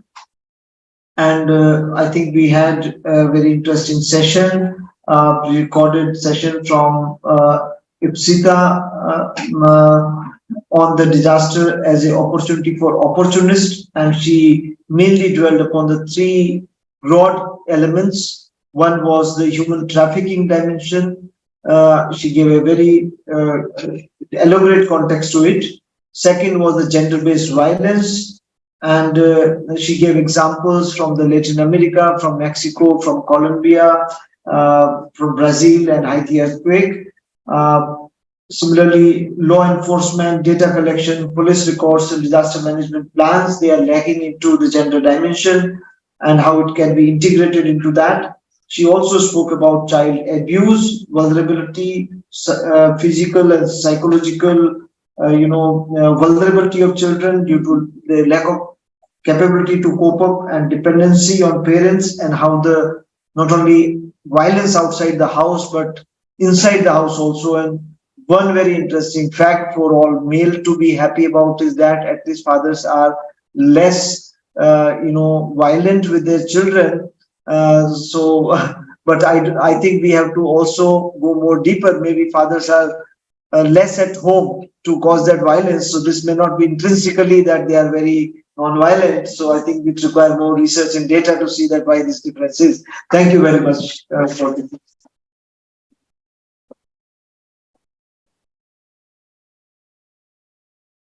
Thanks a lot, sir, for summarizing the entire session into the key points that we also noted, and you summarized it so well for us. I would like to extend the vote of thanks, the last part of the session. I would like to thank the Executive Director, sir, Shri Rajendra, for taking time out for us, accepting our invitation, chairing the session, and giving us his thoughtful and rich inputs on the subject. Thanks a lot, sir. To Director IHMR, Delhi, Dr. Sutapa, for raising the occasion and being a motivating leader for all of us. Dr. Santosh, sir, my mentor, senior advisor in IDM, for taking time out and being the subject matter expert and showing us the way from forward to ethical management, even in the crisis situation. Dr. Shaheen Ansari, the child rights specialist, for his expert opinions and advice, and how vividly and in a rich manner, in a simple manner, he explained child rights to all of us, intricacies related to child rights specifically. To the online speakers, Dr. Abbas, for sharing the Iran experience, which we never knew until we read his story. And Ms. Ikshita Shi, for her participation and sharing the valuable inputs from across the America and Latin America side and the UK, US side, the valuable experiences that she brings to us from being a spinal cord injured nursing, pediatric nursing expert. To the faculty members, support staff, and especially the students who are listening to it very patiently, participating to it, and waiting to interact with sir. If I can just cut down your questions from 5 to 2. Only 2 main questions. You can decide which you want to ask right here before we proceed for tea. Anybody wants to ask something from sir? His experience, his learnings. But I didn't want to violate your human rights. So he has been really. There's something called habeas corpus, that is, keeping the people captivated forcibly. So that is again a human right. So maybe that this session can be overseen or it can be voluntary. Right, and in case if sir agrees, I understand that he is accepting our second invitation to be with us and discuss with our students with no faculty around, specifically about disaster management and his rich experience, so that we learn as public health managers how disaster management can be intertwined into public health so well that you talk in the same language as the administrators understand and as the recipient of the care understand. So thank you so much for this opportunity, sir. Thank you, ma'am. Thank you, faculty members. Thank you, students. Thank you, experts. In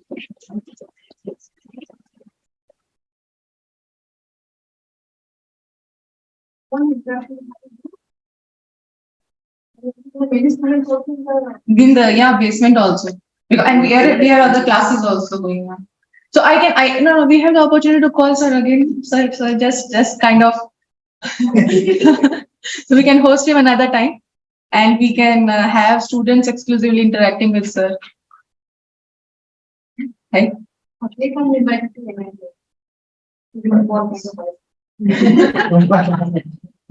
Reciprocity. Yeah. So either ways, we can do that. Yeah, we can have a group photo with sir now.